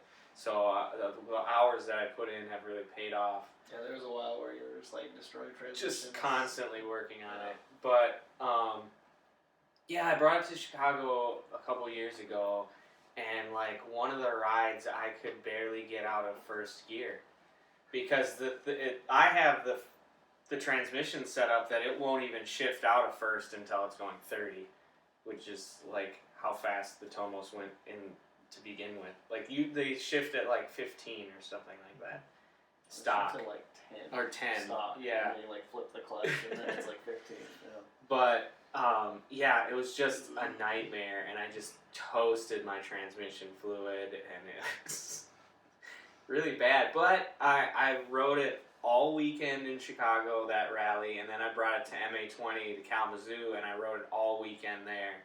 And so to be able to have a bike that is that crazy raced out and can go that fast and make it through whole rally weekends is like, that's an achievement. Yeah. Although I don't take it out on local rides. I don't know why. I ride my scooter around at our rides. You don't want to jinx it. Yeah, exactly. Well, also, it's not really legal. It's never really. You mean it's more than 50 cc? You mean that it goes faster than 30? It's more than 2 brake horsepower? It's a little bit more than 2 brake horsepower. It goes faster than 30. I've never had insurance on it, well, it is titled, I guess, and I have a license plate for it. But this has been a long con sting operation to bust you for not insuring your bike. So you're under arrest. Damn it. I gave it away. If you get pulled over, you can. Well, this is a '63 Riverside. The laws were a little bit different back then. It could do 60 miles an hour legally and still be a moped. Yeah. It's been grandfathered in under the moped laws. Oh. Yeah, I think I'm one of the few people that has actually had like realistic consequences for riding somewhat dirty, like not like DUI stuff, but like just like I got pulled over for no insurance and lost my license and stuff like that. Like almost nobody gets fucked with, and it happened to me like twice. So. I've gotten a few tickets, but I've always had. If anybody should know like that you should have insurance on a bike, it should be me, since I got hit by a car and like insurance saved me. Yeah. So if I wouldn't have had insurance, I would have been completely fucked. Yeah. So I'm always sketched. That's why I don't ride the bike a lot on the street, is because it is sketchy to not have insurance for me. At one of our rallies, we were going around like a downhill corner, and I low-sided my bike, and it went into oncoming traffic, and like so I had slid straight, but my bike went into oncoming traffic, and this dude just plowed over my bike, and I didn't have insurance at the time, so like I was physically fine, and like I just like, it was like a hit and run, but backwards. Like, I was like, no, I'm good, like, I'm okay. Like, he was like, we should exchange information. And I was like, no, I don't want to. I don't have any tires like this. Yeah. It'll be fine. Are you okay? Yep, fine. Yeah. We don't need to talk. Yeah, and then my subframe was bent, so, like, the belt wouldn't catch. So it was like 10,000 RPMs, and it was like, going like 15 miles an hour. Yeah, it's terrible. Yeah, that was like one of the scariest times. Like, so it was like, one, I could have got killed, and like two, he could have been like more adamant about me staying there or something like that, because it destroyed his bumper. So, I'm sure he was fine. It was raining out, so That'll do it. mm-hmm. Yeah. You know, Maze also builds like really cool bikes. He builds a lot of good shit. Yeah, he's built a lot of awesome bikes. That oh man, he's got this that Peugeot that he's been riding, and it's got a Hobbit subframe on it that used to be a rigid, so That's crazy. yeah, which is hilarious. I can't get over the fact that he took like a really rare rigid Peugeot frame and then chopped it in half, and then like put shocks back on it, like. That's pretty good. But yeah, he's always built like really, really clean bikes. I think more recently he's been less concerned about like the cosmetic stuff, because before it was like he had the cleanest bikes. Like I think for the longest time he's always been like the guy building like consistently the nicest looking stuff, and also like fast and reliable and stuff like that. So yeah, I think Chuck was asking about the top speed on your bike or something like that on there. But he was talking about a video on the freeway, and that's Maze, though, yeah, that's right? Maze on the freeway. He had this top tank. And Maze also went 67. Yeah. So like we're like at the 68 same like place, yeah, pretty much. Yeah. He had this Polini E50 with like an RD60 gas tank on it. He took it on 35W, and got it up like 60 something, 67, 68. I still want to do a genuine like top speed run on my bike, because when I went 67, it was just on a side street in my neighborhood. You gotta either take it on the freeway or so to like. If I could, I like put some like taller gearing on it and really like tuck in and hit a smooth like country road where people are watching out for me. Yeah. That'd have to be a crew thing. You just post somebody at every intersection. Yeah. Let you go like far enough out. Yeah. Find like a long straight. That's why like Maze has a couple of videos of that. Like out by his parents' place, and it's just like one straight road with like 2 driveways in like 10 miles and cornfields the whole way. So like that was where he was doing his speed runs like somewhere. But That also like so I kind of wanted to talk about racing, because it hasn't really been brought up like on your podcast yet. There's a pretty good like moped racing scene going on right now that's been kind of lurking for the last, I don't know, 5 or 6 years. longer than that. Well, I mean, there was an older scene, and that kind of died, and then it came back. Yeah, like the Polini Cup, right? Like Polini Cup is what it was. that all like fell apart. Yeah. And then kind of like Moped GP brought it back. Yeah, I think there was like a pretty clear division. But there's Tomahawk Cup, and then there's Moped GP. That was kind of like the split. Yeah. It's like that was like the old small community, and now the new small community was doing it. But yeah, I've been to like, how long ago was that? Like 4 or 5 years ago. Like we flew out to California just to watch the races outside of LA, like and camped. And then the next year, I actually went out there with the Omaha dudes, who are also big racers, Dead Possums, and we drove out there and brought bikes, and I raced in California, and that was a blast. Yeah. And then we had our own races here at Top Fest for 5 years. Yeah. So every Top Fest included a Monday race day. And then those are the hardest rallies to host. Yeah, it was tough, and so like we kind of retired the Top Fest name along with the idea that we have a Monday race day. Just to, a new era. Yeah, it was kind of like ending that era and starting a new one, and also the fact that we're doing it every other year instead of every year. Well, that's what's like we did 5 Top Fests, and that was. We ended up getting like the Moped GP name for like the Midwest stuff, so we were like Moped GP Midwest, and now Tyler and Ed are kind of taking control of that. I don't know. Yeah, now that they have a track in Del Mar, Iowa, or something like that, and that's also coming. That's right after the Duluth Rally. There's going to be a race day down there, or race weekend. I went to that last year. And that's a shitload of fun.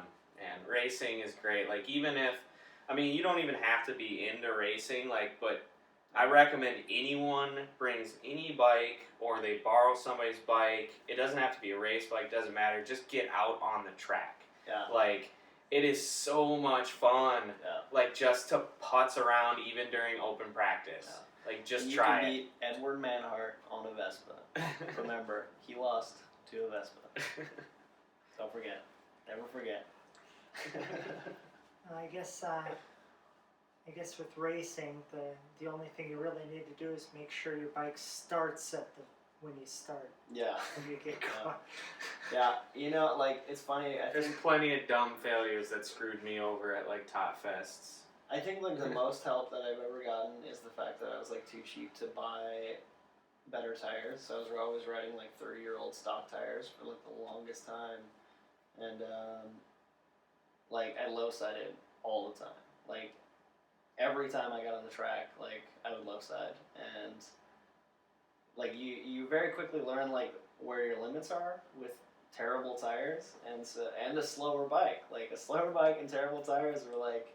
They were kind of perfect because, like, then when you have a faster bike and you have better tires, like, you feel like you're super glued to the track. You know, like, you're not worried about, like, where that line is because you know it's way further past where you were failing before and stuff like that. So, I mean, it's almost better to learn how to race on a track on a bike that's not that serious. Like, if you're not super serious about racing, like, go out there anyways. It's also fun as shit on a slow bike because you can just fucking pin it like most of the time. Like the race bikes that we build are scary on these tracks, man. Yeah. Like because like I can pin it and like just fucking take off, but then immediately I gotta brake and get into a corner, like roll onto the throttle. Because if I just kick it, it's gonna whip out on me, or like try and pull the wheel off the ground, and so it's definitely, I mean, obviously that's all part of racing. I just need to get better at it. But it's so much easier on a slow bike because you don't have to worry about that shit. You're just like, ah!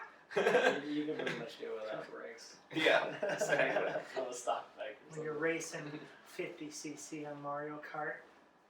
Yeah, it's like that. Actually, that's pretty close, actually. Racing Yeah. 50. Yeah. Yeah, racing is a good time, though. I think more people... I think it seems intimidating because there's a lot of...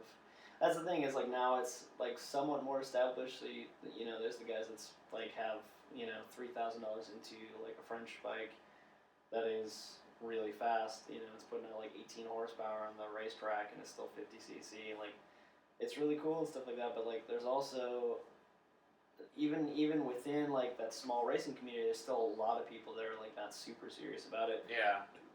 My favorite thing about, if you show up with a slower bike, like it doesn't matter, like you can always find somebody that's like close to either your skill level or your speed or both or whatever. So there's always like somebody that you can compete with for a place. Yeah. Like so like even if you're fighting for second to last place, like it's still super fun. Like to fight. There's that one person that's like there and you're like racing with that person. So like even if you're way slower than like the guys that are serious, like it's a really good time. So yeah. Yeah. Now there's the original Moped GP, which is the West. Yeah. And then there's and that one's in Sacramento now, and then there's Moped GP Midwest, which is in Iowa, and the Dead Possums put that on, and then there's GP East, which is fluctuated between a couple of groups, but I think that's back on now. I don't know if that's happening now or next week or soon or. So there's one on the West Coast, there's one on the East Coast, and there's one in the middle. So there's racing options around. Yeah. What was the indoor circuit a few months ago? Indoor circuit. Oh, the one you did. The not board track. What was it? Flat track? Flat track. Yeah. You did a little thing in Milwaukee? Yeah, that was cool. So that was interesting though because I think the only reason that they included mopeds was because there was like a local scooter shop that those guys were into mopeds, and so like the owner of the shop was like involved with the event, and so they allowed moped class in this like flat track event, and that was super fun. Like that was absolutely insane. It was weirder than anything else. It was like this basically an indoor basketball court with like soda syrup on it, so it was extra sticky, and it was wild. I don't know. I made the mistake of bringing a bike with only drum brakes, and so like I had heat fade really bad like early on, and so it just didn't like work out super well for me. But wasn't it you that couldn't get it started. You were Yeah, kicking yeah. it. I totally blew the. So I was fine. That's why I said In, from like, earlier. Yeah, I was fine in the qualifying heats, and then I totally. I fucked up my start in the finals, and then I don't think I took. So like, that was one of those races where it's like go, and you have to start your bike. Yeah. And go. Yeah, so Like, that was actually kind of a downside. It's because they didn't do that in any of the other races. What? The only class that had like an engine off start was the moped class. Why? That's Yeah. because they wanted to see you struggle. Yep. Like they wanted to see Yeah. everybody pedal. That was the Yeah. spectacle. Yeah, Yeah. exactly. They wanted to see us start it. Yeah, so in the initial heats, I got it started really easily, but I put too much energy into pedaling, and it was on a Vespa, so it's like an auto start clutch, and so if you put too much force on it too fast, the starter clutch starts before you have any momentum. So I like totally blew it because it was just like I almost went over the handlebars, Oh. and like I had to like back up to disengage the starter clutch and then go again. So but that was fun either way though. I mean, it was a huge crowd and it was like televised and stuff. Yeah, like that. I It was, watched like, the video. It's hilarious. Yeah, It's like great. it was amazing. Like it was wild, and like even like the mini bike class was amazing too. There's so much cool stuff there. But I don't know. I've been talking to a couple of other people about like actually doing flat track races like that at some point. That'd be super fun. Like even if we could do it on dirt, it'd be a great time. But yeah, racing stuff is always fun, and that's like the cool part about moped. It's the same deal with like riding mopeds in general. It's like it's an easy access to that community. Yeah. Like, there's plenty of people that race seriously in mopeds that actually got into motorcycle racing because of it. You know, so it's cool because it's cheaper and it's easier than a lot of other entry into like a motorsports community. So but Very fun. Yeah, it was a good time. Yeah. Is there anything else on there? We haven't even started on there yet. I know, right? What about don't you usually ask, what the hell was it? Oh, how people prospect or get into the gang or gang structure or whatever, stuff yeah, like that. Yeah. Do you true. I want to talk about that? I haven't asked that in the last few because I've had so many people. Well, no, we just don't have anything.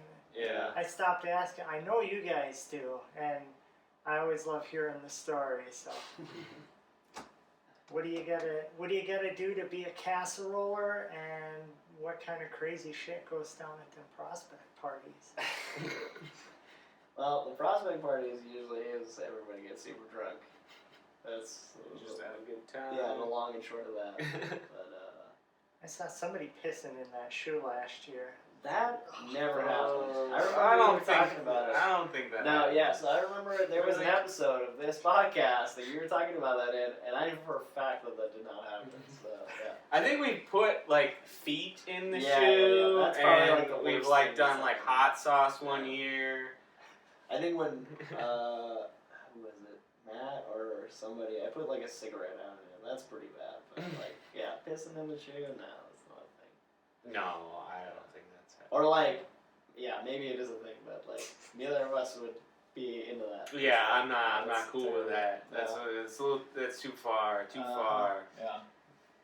It's supposed to be fun, not like it's not supposed to be like a freaking frat boy like bullshit like ceremony like where we're like making hazing. people. It's not supposed to be hazing. Yeah, it's supposed to be fun and you like drink a beer out of a stolen bowling shoe. It's you know whatever. And also usually more people drink the Billy beer than just the prospects. Yeah. So like, I don't know why, but it always happens. And you get to choose whatever beer you want to drink out of it too. Yeah, You know. true. Yeah. So the prospect thing is not really. It's more of like a time period and a vetting thing. Like there's not actual prospecting, like you said. Like it's not like a frat thing. Like there's not like certain requirements that you need to hit to do that. Like it basically is more about like, are you gonna stick around and ride with us? Are you gonna stick around in the community? And like, are you gonna be cool? Like, I don't know. There's there's a very simple rule that I learned from a podcast that I like very much, and like it's no bummers, like no bummers, like that's all, like, and that's like pretty much applies to everything. Like if you show up to work and you're a total bummer, like it's probably not gonna go great for you. Like if you want to go hang out with a group of people that you're new to, like don't be a bummer. Like don't get into arguments. Don't be mad at people. Don't do bad shit, and you'll probably get along with everybody. Yeah. It's a really good saying. I like No that. bummers. No bummers. Yeah. Yeah. So it's, I mean, the prospect thing, like I said, it's a time period more than anything. It's like this is when they started prospecting, and this is when the year ends and the voting happens. And Yeah, like, so we vote every February? Something like that. First Thursday in February or Yeah. something like I think that. that's it. Yeah. And it's, I mean, you do have to convince 80% of us. Like, so it's like an 80% yes vote to get in to Casserollers, and so whoever the sponsor is, like, stands up and gives their case, and then everybody says, not everybody has to say something. People say stuff, positives, negatives, whatever like that, and then, when it's all done and said, we vote.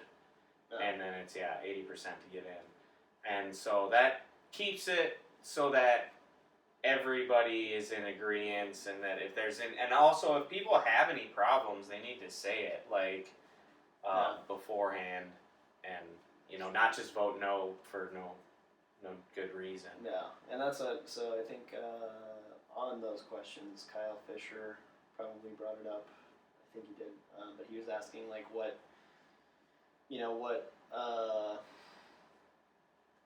sort of things, like about having a moped army member, or like adding a moped army member. Like it's obviously been a thing in the community in the past. I mean, it's really just about like vetting people that are good. I mean, you can very easily start to like somebody in like as little as 2 weeks, but like you don't know who that person is until you get to a certain point. Like I mean, not even a certain point. Like just like over enough time, you can see warning flags that this person might not be a good person, or they might not be the person that they say they are, or whatever. So I mean, time is the best way to vet people, I think. Like it's Most people can hold it together for a night.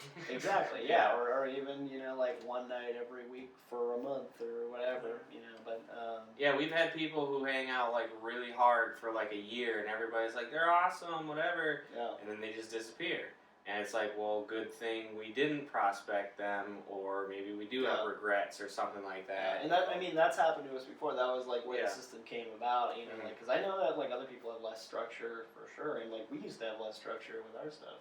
Yeah. I mean, literally there's certain people in the community that should have been like an OG member just because like they were hanging out, and like they weren't just because like it was like a night that we were drunk and decided to do this thing. You know what I mean? Like, so there was a lot less thought process that came into it beforehand. But we learned. And having a we structure, learned from our mistakes. Yeah. It can be a bummer sometimes, like rules. Like we try and have as little like rules as possible, but at the same point, you have to have something, or else you're gonna have so many more issues, so many more problems. Yeah, I mean, there's certain people that if we would have added, they would have been gone already. Like, in a matter of like less than a year. Like that's just like a thing that happens. Like people are really psyched to come out. Totally gonna answer that. I'm calling. If Megan calls again, I'm gonna put her on. What time is it? Yeah, it's like 8. Yeah. Yeah, probably close to me having to drive around. It's been a hell of a long episode. Mm-hmm. I think we should probably try to find the best. Yeah, make sure we're not going to upset anybody by ignoring their question. Yeah. But Right. Maria had asked about your first mopeds, and I think you two went over that pretty well. Yeah.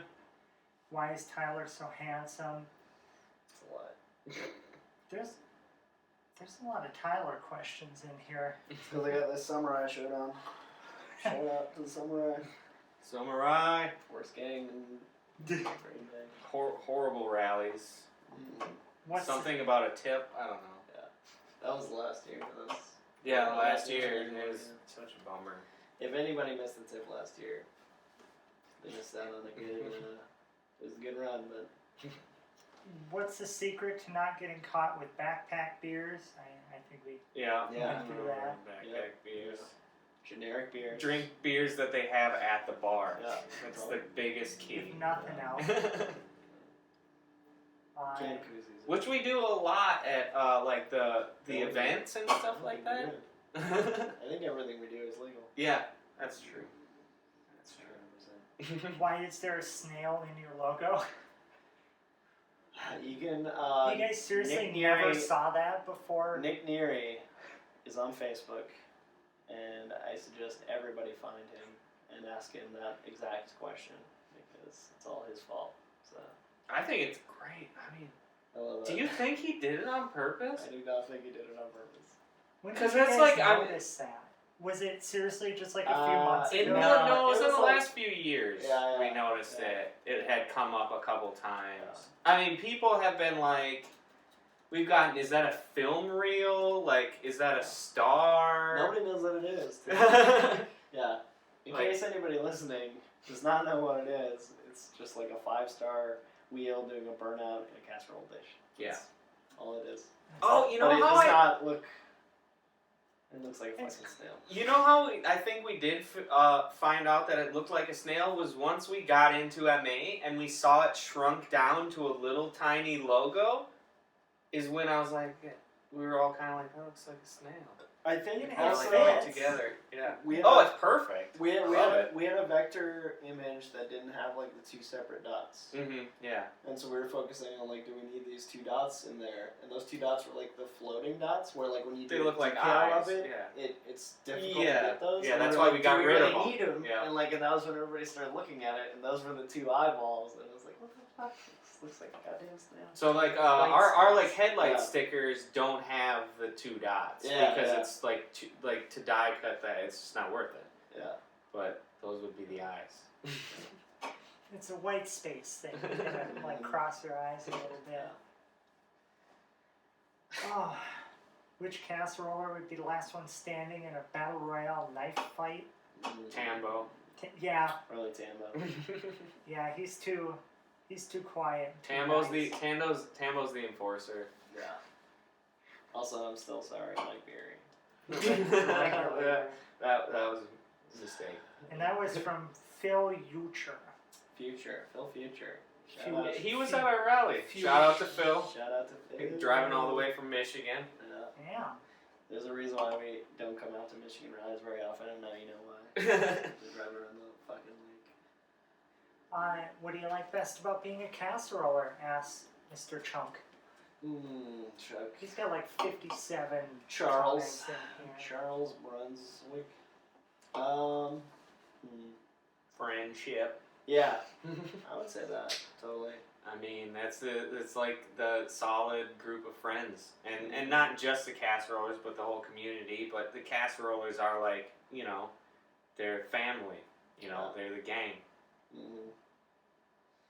Yeah, I think that would have to be it. I mean, it's not the official thing doesn't really matter because No. like before we were official, we still have the same friends, and after we were official, we still have the same friends. Like that doesn't change anything. But yeah, definitely friendship for sure.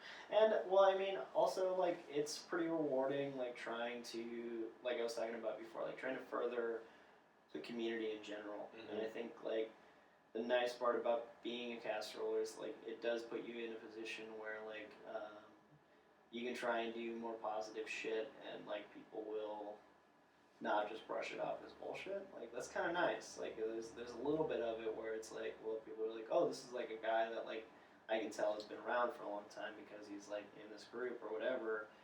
And so like so you can do positive things with that little bit of like responsibility. And I think that's huge. You know, that's like the Muppet Army thing is like that. You know, there's not it's not like there are huge advantages to being like an official club. Like it hasn't changed any part of our relationship with people that are not official members or are official members. Like it's if anything, it's only just opened us up to more opportunities to meet cool people. Yeah. And like even that is pretty marginal because we could have still met those people before. But I think just being in a position where you can try and help the community is like, like that's the advantage. Like being able to be a person that can do something positive and like maybe it'll catch on as opposed to just being like a random person that nobody's gonna listen to. Like that's kind of cool. Mm-hmm. Yeah, because you got a whole group of people who like have, in theory, like they vouched for you. Like if you got into the Casserollers, then you had to be a good enough person for all these people that, if you might know the Casserollers and then somebody you meet is in the Casserollers and you never met them before, well then you know that probably me and Tyler and a bunch of other people all said this person's cool, so you can be like, well, I like those people, so you must be pretty cool. Yeah. And that's kind of how I look at MA a little bit too. Yeah. It's like we vouch for those people, and so when I go to another city, they know that, if they've met a bunch of Casserollers and they think we're cool, then I might get to sleep on somebody's couch or whatever, Yeah. And that's another part of thing the too. community. It's just a bigger version of the same thing, but like I think the other thing that people get hung up on with like the drama that happens in the community with people that are shitheads is like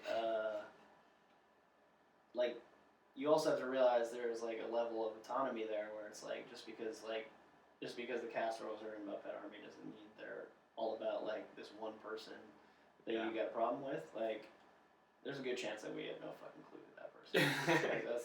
So that's the thing. It's like, there's a lot of people that like say things against Moped Army official people because of like the things that have happened. And it's like, there's a pretty good chance that 90% of the people in MA weren't there when it happened, and like if they knew about it, like it's a good thing that people are getting called out. We do for something bullshit, about it. Yeah.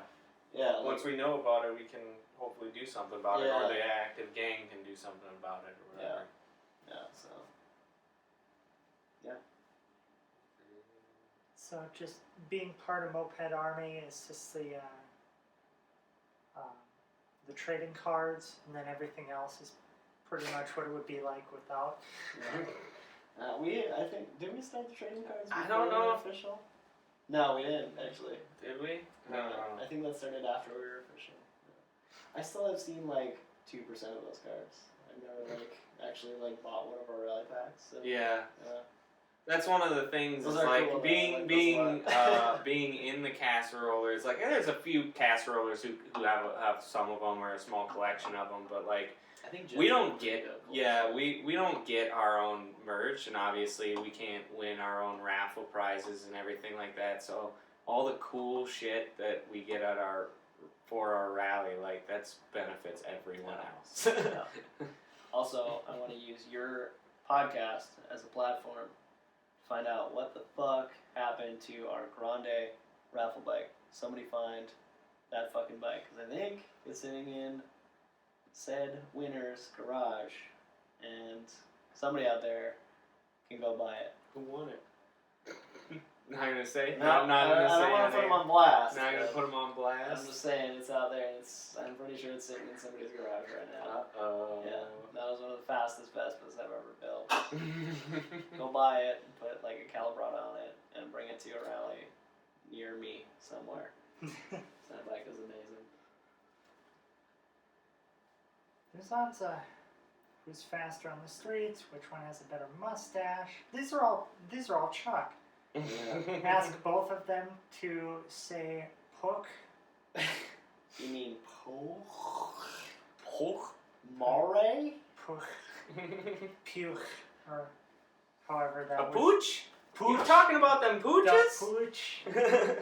Or however it was said recently. I will say Pook. I do not want to comment on anything that Pleasant said other than the fact that, man, the way he said pook was the craziest thing I've ever heard in my life. It was like, pow. He rolled his H's. Didn't think that was a possibility. I think the only time you should say it like that is when you're reading one of the tank badges that has all the swirlies on it. Yeah, the There you pinstripe, the hand pinstripe Newports. or something Yeah, like that. yeah, Yeah. that's a puke. Yeah. Oh man, why did Tyler marry Maze's sister? Because they were roommates. Gotta keep it in the family. And, you know, I was hanging out with they Maze a lot. stayed in the same house. And they lived in the same house. Yeah. And, you know, things just happened. You guys saw the video. Yeah, just go watch the videos. They're archived. It's old school. Old school shit. Tom. Damn raccoons. Raccoons are and everything. There will be a new roommates video coming soon. We move back in with each other. Boy, Tom Harmon asked a whole bunch of questions. Tom, stop asking questions. What was the first Drama Wednesday? What is the craziest moped-related thing you've seen? Where is Marty hiding his hair? It's on his butt. Mm-hmm. It's on his butt. He's transferred it on to his 3 children. Yeah. Yeah. So when you have triplets, you don't have enough hair to go around.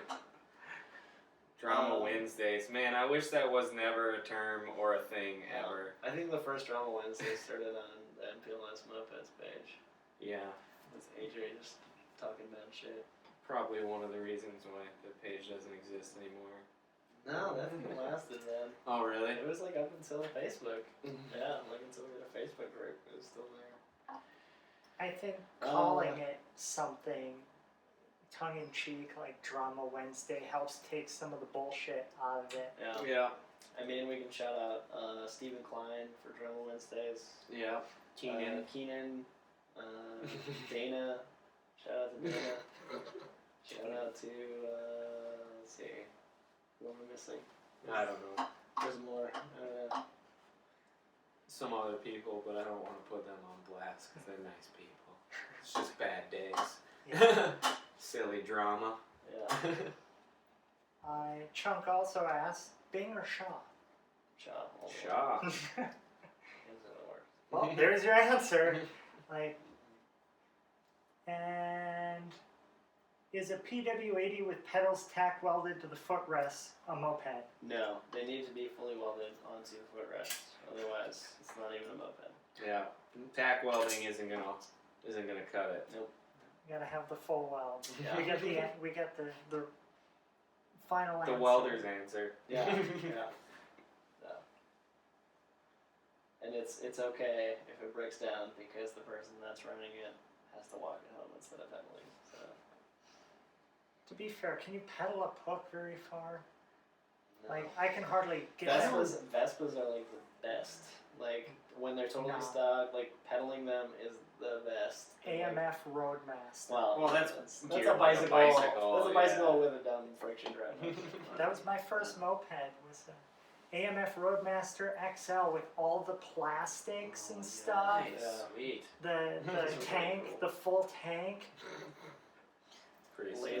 Laser. I think it came up in the Trace Reyes one, but Laser did like a really awesome McDonald's colorway one with. They're all that I think, shitty orange. I think he put a V1 on like the regular AMF, like not the V1 AMF, Mhm. but like he put engine vents on like the friction drive one and put like an engine on. They were also talking about the V1 AMF in that episode too. Yeah, it was Like, very I think confusing. Sam's working on one. Yeah, those guys have a couple of them, but Yeah. but Laser actually took like the dumb friction drive with the McCullough engine Mm-hmm. and like welded engine vents on it and made like this really rad bike.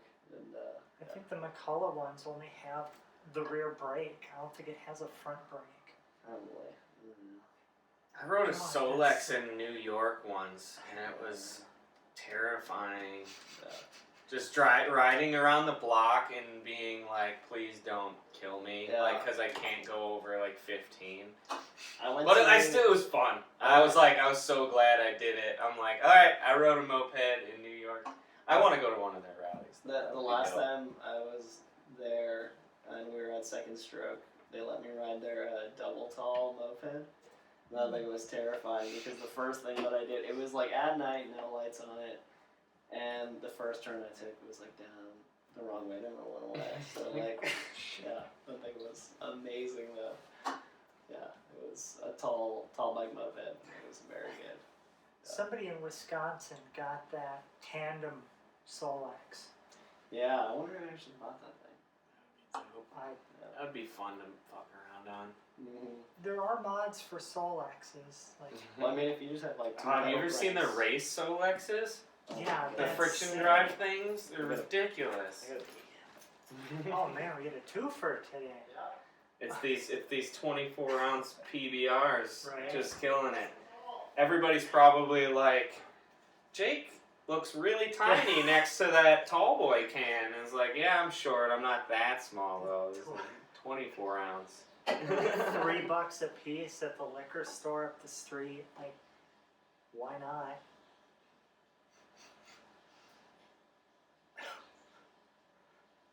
Is there, that's actually all the questions that I care to ask. on, Yeah, right. on Marie's share of that.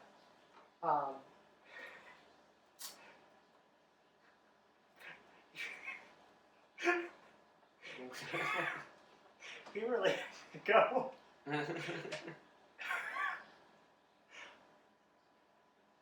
Oh, it's all gone downhill ever since Marty retired.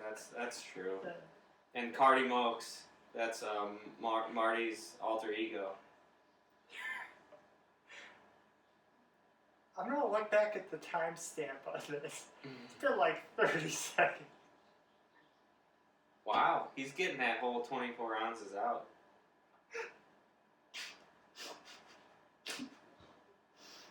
Casserole recipes. I can't quote any casserole recipes off the top of my head. Sorry. Oh, the rice hot dish is where it's at. All I cream of know- chicken, yeah. cream of celery, Yeah, bunch if you of just wanna- rice. If you just want to loop the P audio and then cut out where I was talking the whole time. I don't need to loop it. It was like 45 seconds. Make sure you put tater tots on top of your hot dish, though. No matter what it is. It's important. It's very important. You've shouted out so many people tonight. Is there anyone you want to shout out, like give their own few seconds? Oh man, you know, like I was saying earlier, me and Tyler have been so many places. The moped community, like all around the U.S. and even further, we got people in Canada that have been fucking awesome to us. Just everybody's always been so damn great to us. Like, I don't know. Woolly Bullies. Yeah, the Woolly Bullies, Chris Hernandez, Hillary out there in L.A. Yeah, I feel bad. It's been They're a while dope. since we got out there, but Yeah. yeah, those guys have been good. James Culver out in LA, he's a good time. Always see him at race events. I don't know, man. There's so many. So Buzzards. Shout out the Buzzards. Death Peddlers. Death Peddlers. Oh man. Yeah, I don't know. We already said Samurai. I mean, we got a lot of like kind of gangs that are almost like sister gangs to us around here, like the Midwest, the smaller gang. Like the Cranks are always great. The Dead Possums, the Dope Heads in Omaha. Mo Peddlers. Will Johnson. Yeah, Mo Peddlin. Mo Peddlin. Is that what it is? Yeah, Mo Peddlin. Alright, Will. and the Green Bastards and stuff like that. They got into Alex Johnson. MA last year. Alex They- Johnson. Alex Johnson. We're a big support of them. Alex Johnson. Alex Danger Johnson. Yeah. You know he's pointing right now. Yeah. I'm not sure what direction I that don't remember anymore either. Yeah. Oh man. Yeah, I don't know. We love gangs everywhere. Everybody's been super cool to us and always done it up. Yeah. Swoops, Lil Delos, Yeah. Former swoop. Willie Venkat. D, Venkat. Yeah. Yeah. I have yet to meet anybody in a crew in the Midwest that sucks. I've yet to meet somebody like They're that. out there. I was Yeah, gonna say they are. they keep looking. No, Don't keep looking. for the most part, everybody's great. No, yeah. I don't know. I think like on the Michigan side of things and like Detroit, like I really like a lot of those guys. And we don't make it out enough, like for sure. But I've had a lot of fun. What about your Vespa punks? Shout them out. Yeah. Alex Tetro and fucking Kyle Fisher and Derek Lahman. Derek, of course. Skeleton Gang. And, yeah, those guys are good for sure. But yeah, I don't know. We definitely have to do more shit in the Midwest for sure. Yeah. There's a lot of people here that. I mean, there's a lot of people that have been around for a while that we haven't really made a connection with. But yeah, always down to meet new people. And, that's the best part about Mopeds. You're always gonna find cool people to hang out with that you otherwise would not have met. So. Exactly. We got recent transplants out here. Like Ben Cat, Kansas John. Yeah. Always cool people. Like coming out to visit. If you're stopping through Minneapolis, hit us up. Yeah, I think we got somebody from we got couches and Detroit shit. that's talking about trying to find a job out here too. Oh, I forgot who it was. Somebody from Michigan. Yeah. Alexis, I think, trying to find a job out here. Yeah. Yeah, hit us up. We always got couches and space available, or if you're just stopping through, like, we always hang out with people, try and make a point of it. Sometimes it doesn't always work out, but we try. Shit, Funplex will have a couch in it come September, so Nice. Yeah. it'll always be open. Yeah. That's fun. For sure. Was there anything else you guys wanted to talk about tonight, or bring up, or? Nothing I think we hit everything pretty well. More importantly, I am getting very tired. Yeah. We're all starting to get a little goofy, so I Yeah. think this is probably a decent place to wrap it up. Yeah. This is going to be a record length episode, I'm sure, even cut it above down. Trace Rail. Boom. Cut all the dumb shit out. Alright. I'm sure there's something in there. And just, like, don't drop your phone tomorrow or something. Yeah. It's like, I didn't back it up. Well, now, Is all the audio on there too then? Yeah. As soon as you guys leave, I'm going downstairs and pushing it all. That's 4K, so it's going to end up being like a Huge. Yeah. 200 gigabyte file or Just something. dump the whole thing. I think we're no editing needed. Just like before we started, I was Piss recording breaks for and like all. 10 minutes, so that might just be all like cut out. 'Cause I hate Yeah. cutting up video. Yeah, well, if you want to use the better stuff and cut, like, nobody will mind if you cut out more than, it's been like 2 hours, right? Yeah, it's last I looked, Like it I was was, like an hour and a I was half. saying before you got here, like I listen to a lot of interview podcasts that are like 2 hours plus. So Yeah. I actually enjoy Yeah. that format. But other people are like, the fuck? Yeah. Like, no. I just feel like, personally, I feel like I wasn't that interesting for 2 hours. So. I like these long format episodes, Yeah. but like my turbo tutorials page, if it's over a minute and a half, Yeah. I've gone too far. I've Yeah, gone too long. You gotta Yeah. tighten that up. I Yeah, that's was- a pain in the ass. I was under a minute for changing out the silent blocks on a Moby. Right. I got that down to under a minute. Jeez. And the other very popular videos for doing that are 10, 15 minutes. Mm-hmm. Right, yeah. I think you could probably go 3 on most anything that's long enough. I gotta That's say, decent enough. tutorial videos that have like 30 minutes of fucking Oh. introduction, like... Yeah, them trying to Yeah. find tools and like yeah. they're out of the shot for like 5 minutes. You're like, what the fuck, man? Hey guys, today we're going to be doing a video on E50s, but first I want to remind you all about Yeah. my life and what I've been Yeah. doing lately. give you an update, and then, oh yeah, you gotta take out all these screws, so let me just prop the phone up here and Yeah. one at a time. Yeah. The best tutorial videos are sped up for sure. Mm-hmm. The ones that I really like are always like, yeah, they're sped up with like audio over them. That's like the way to do it. Yeah, it's the best. I watched one on pouring a concrete slab today, and it was like 10-minute video. It's because it was like super sped up. It's fucking genius. It's like, yeah, this is what I'm doing now. This is what I'm doing now. Yeah. Heck yeah. Well, thank you two so much for coming out tonight. I've been trying to get this episode recorded for months and months now. Yeah, sorry for the delay. Finally got everybody together. Yeah.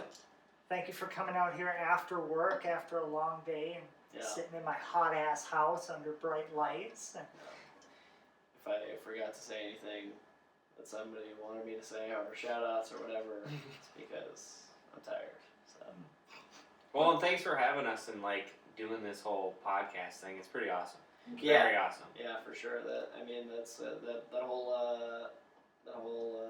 Moped Magazine one is funny because no matter what happens, like you did the thing that you were trying to do was like It's a good interview sneak too. peek into Yeah. it. Like it doesn't matter how you feel about it or anybody else feels about it. Like you just interview people and let them like have a platform. Like that should be all that you're doing. Like and you did it exactly. So Thank you.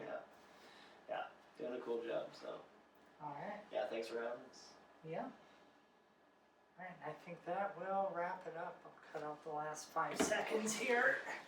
Woo! Yes. Nope, leaving that Now part for the in. real shit talking. Yeah.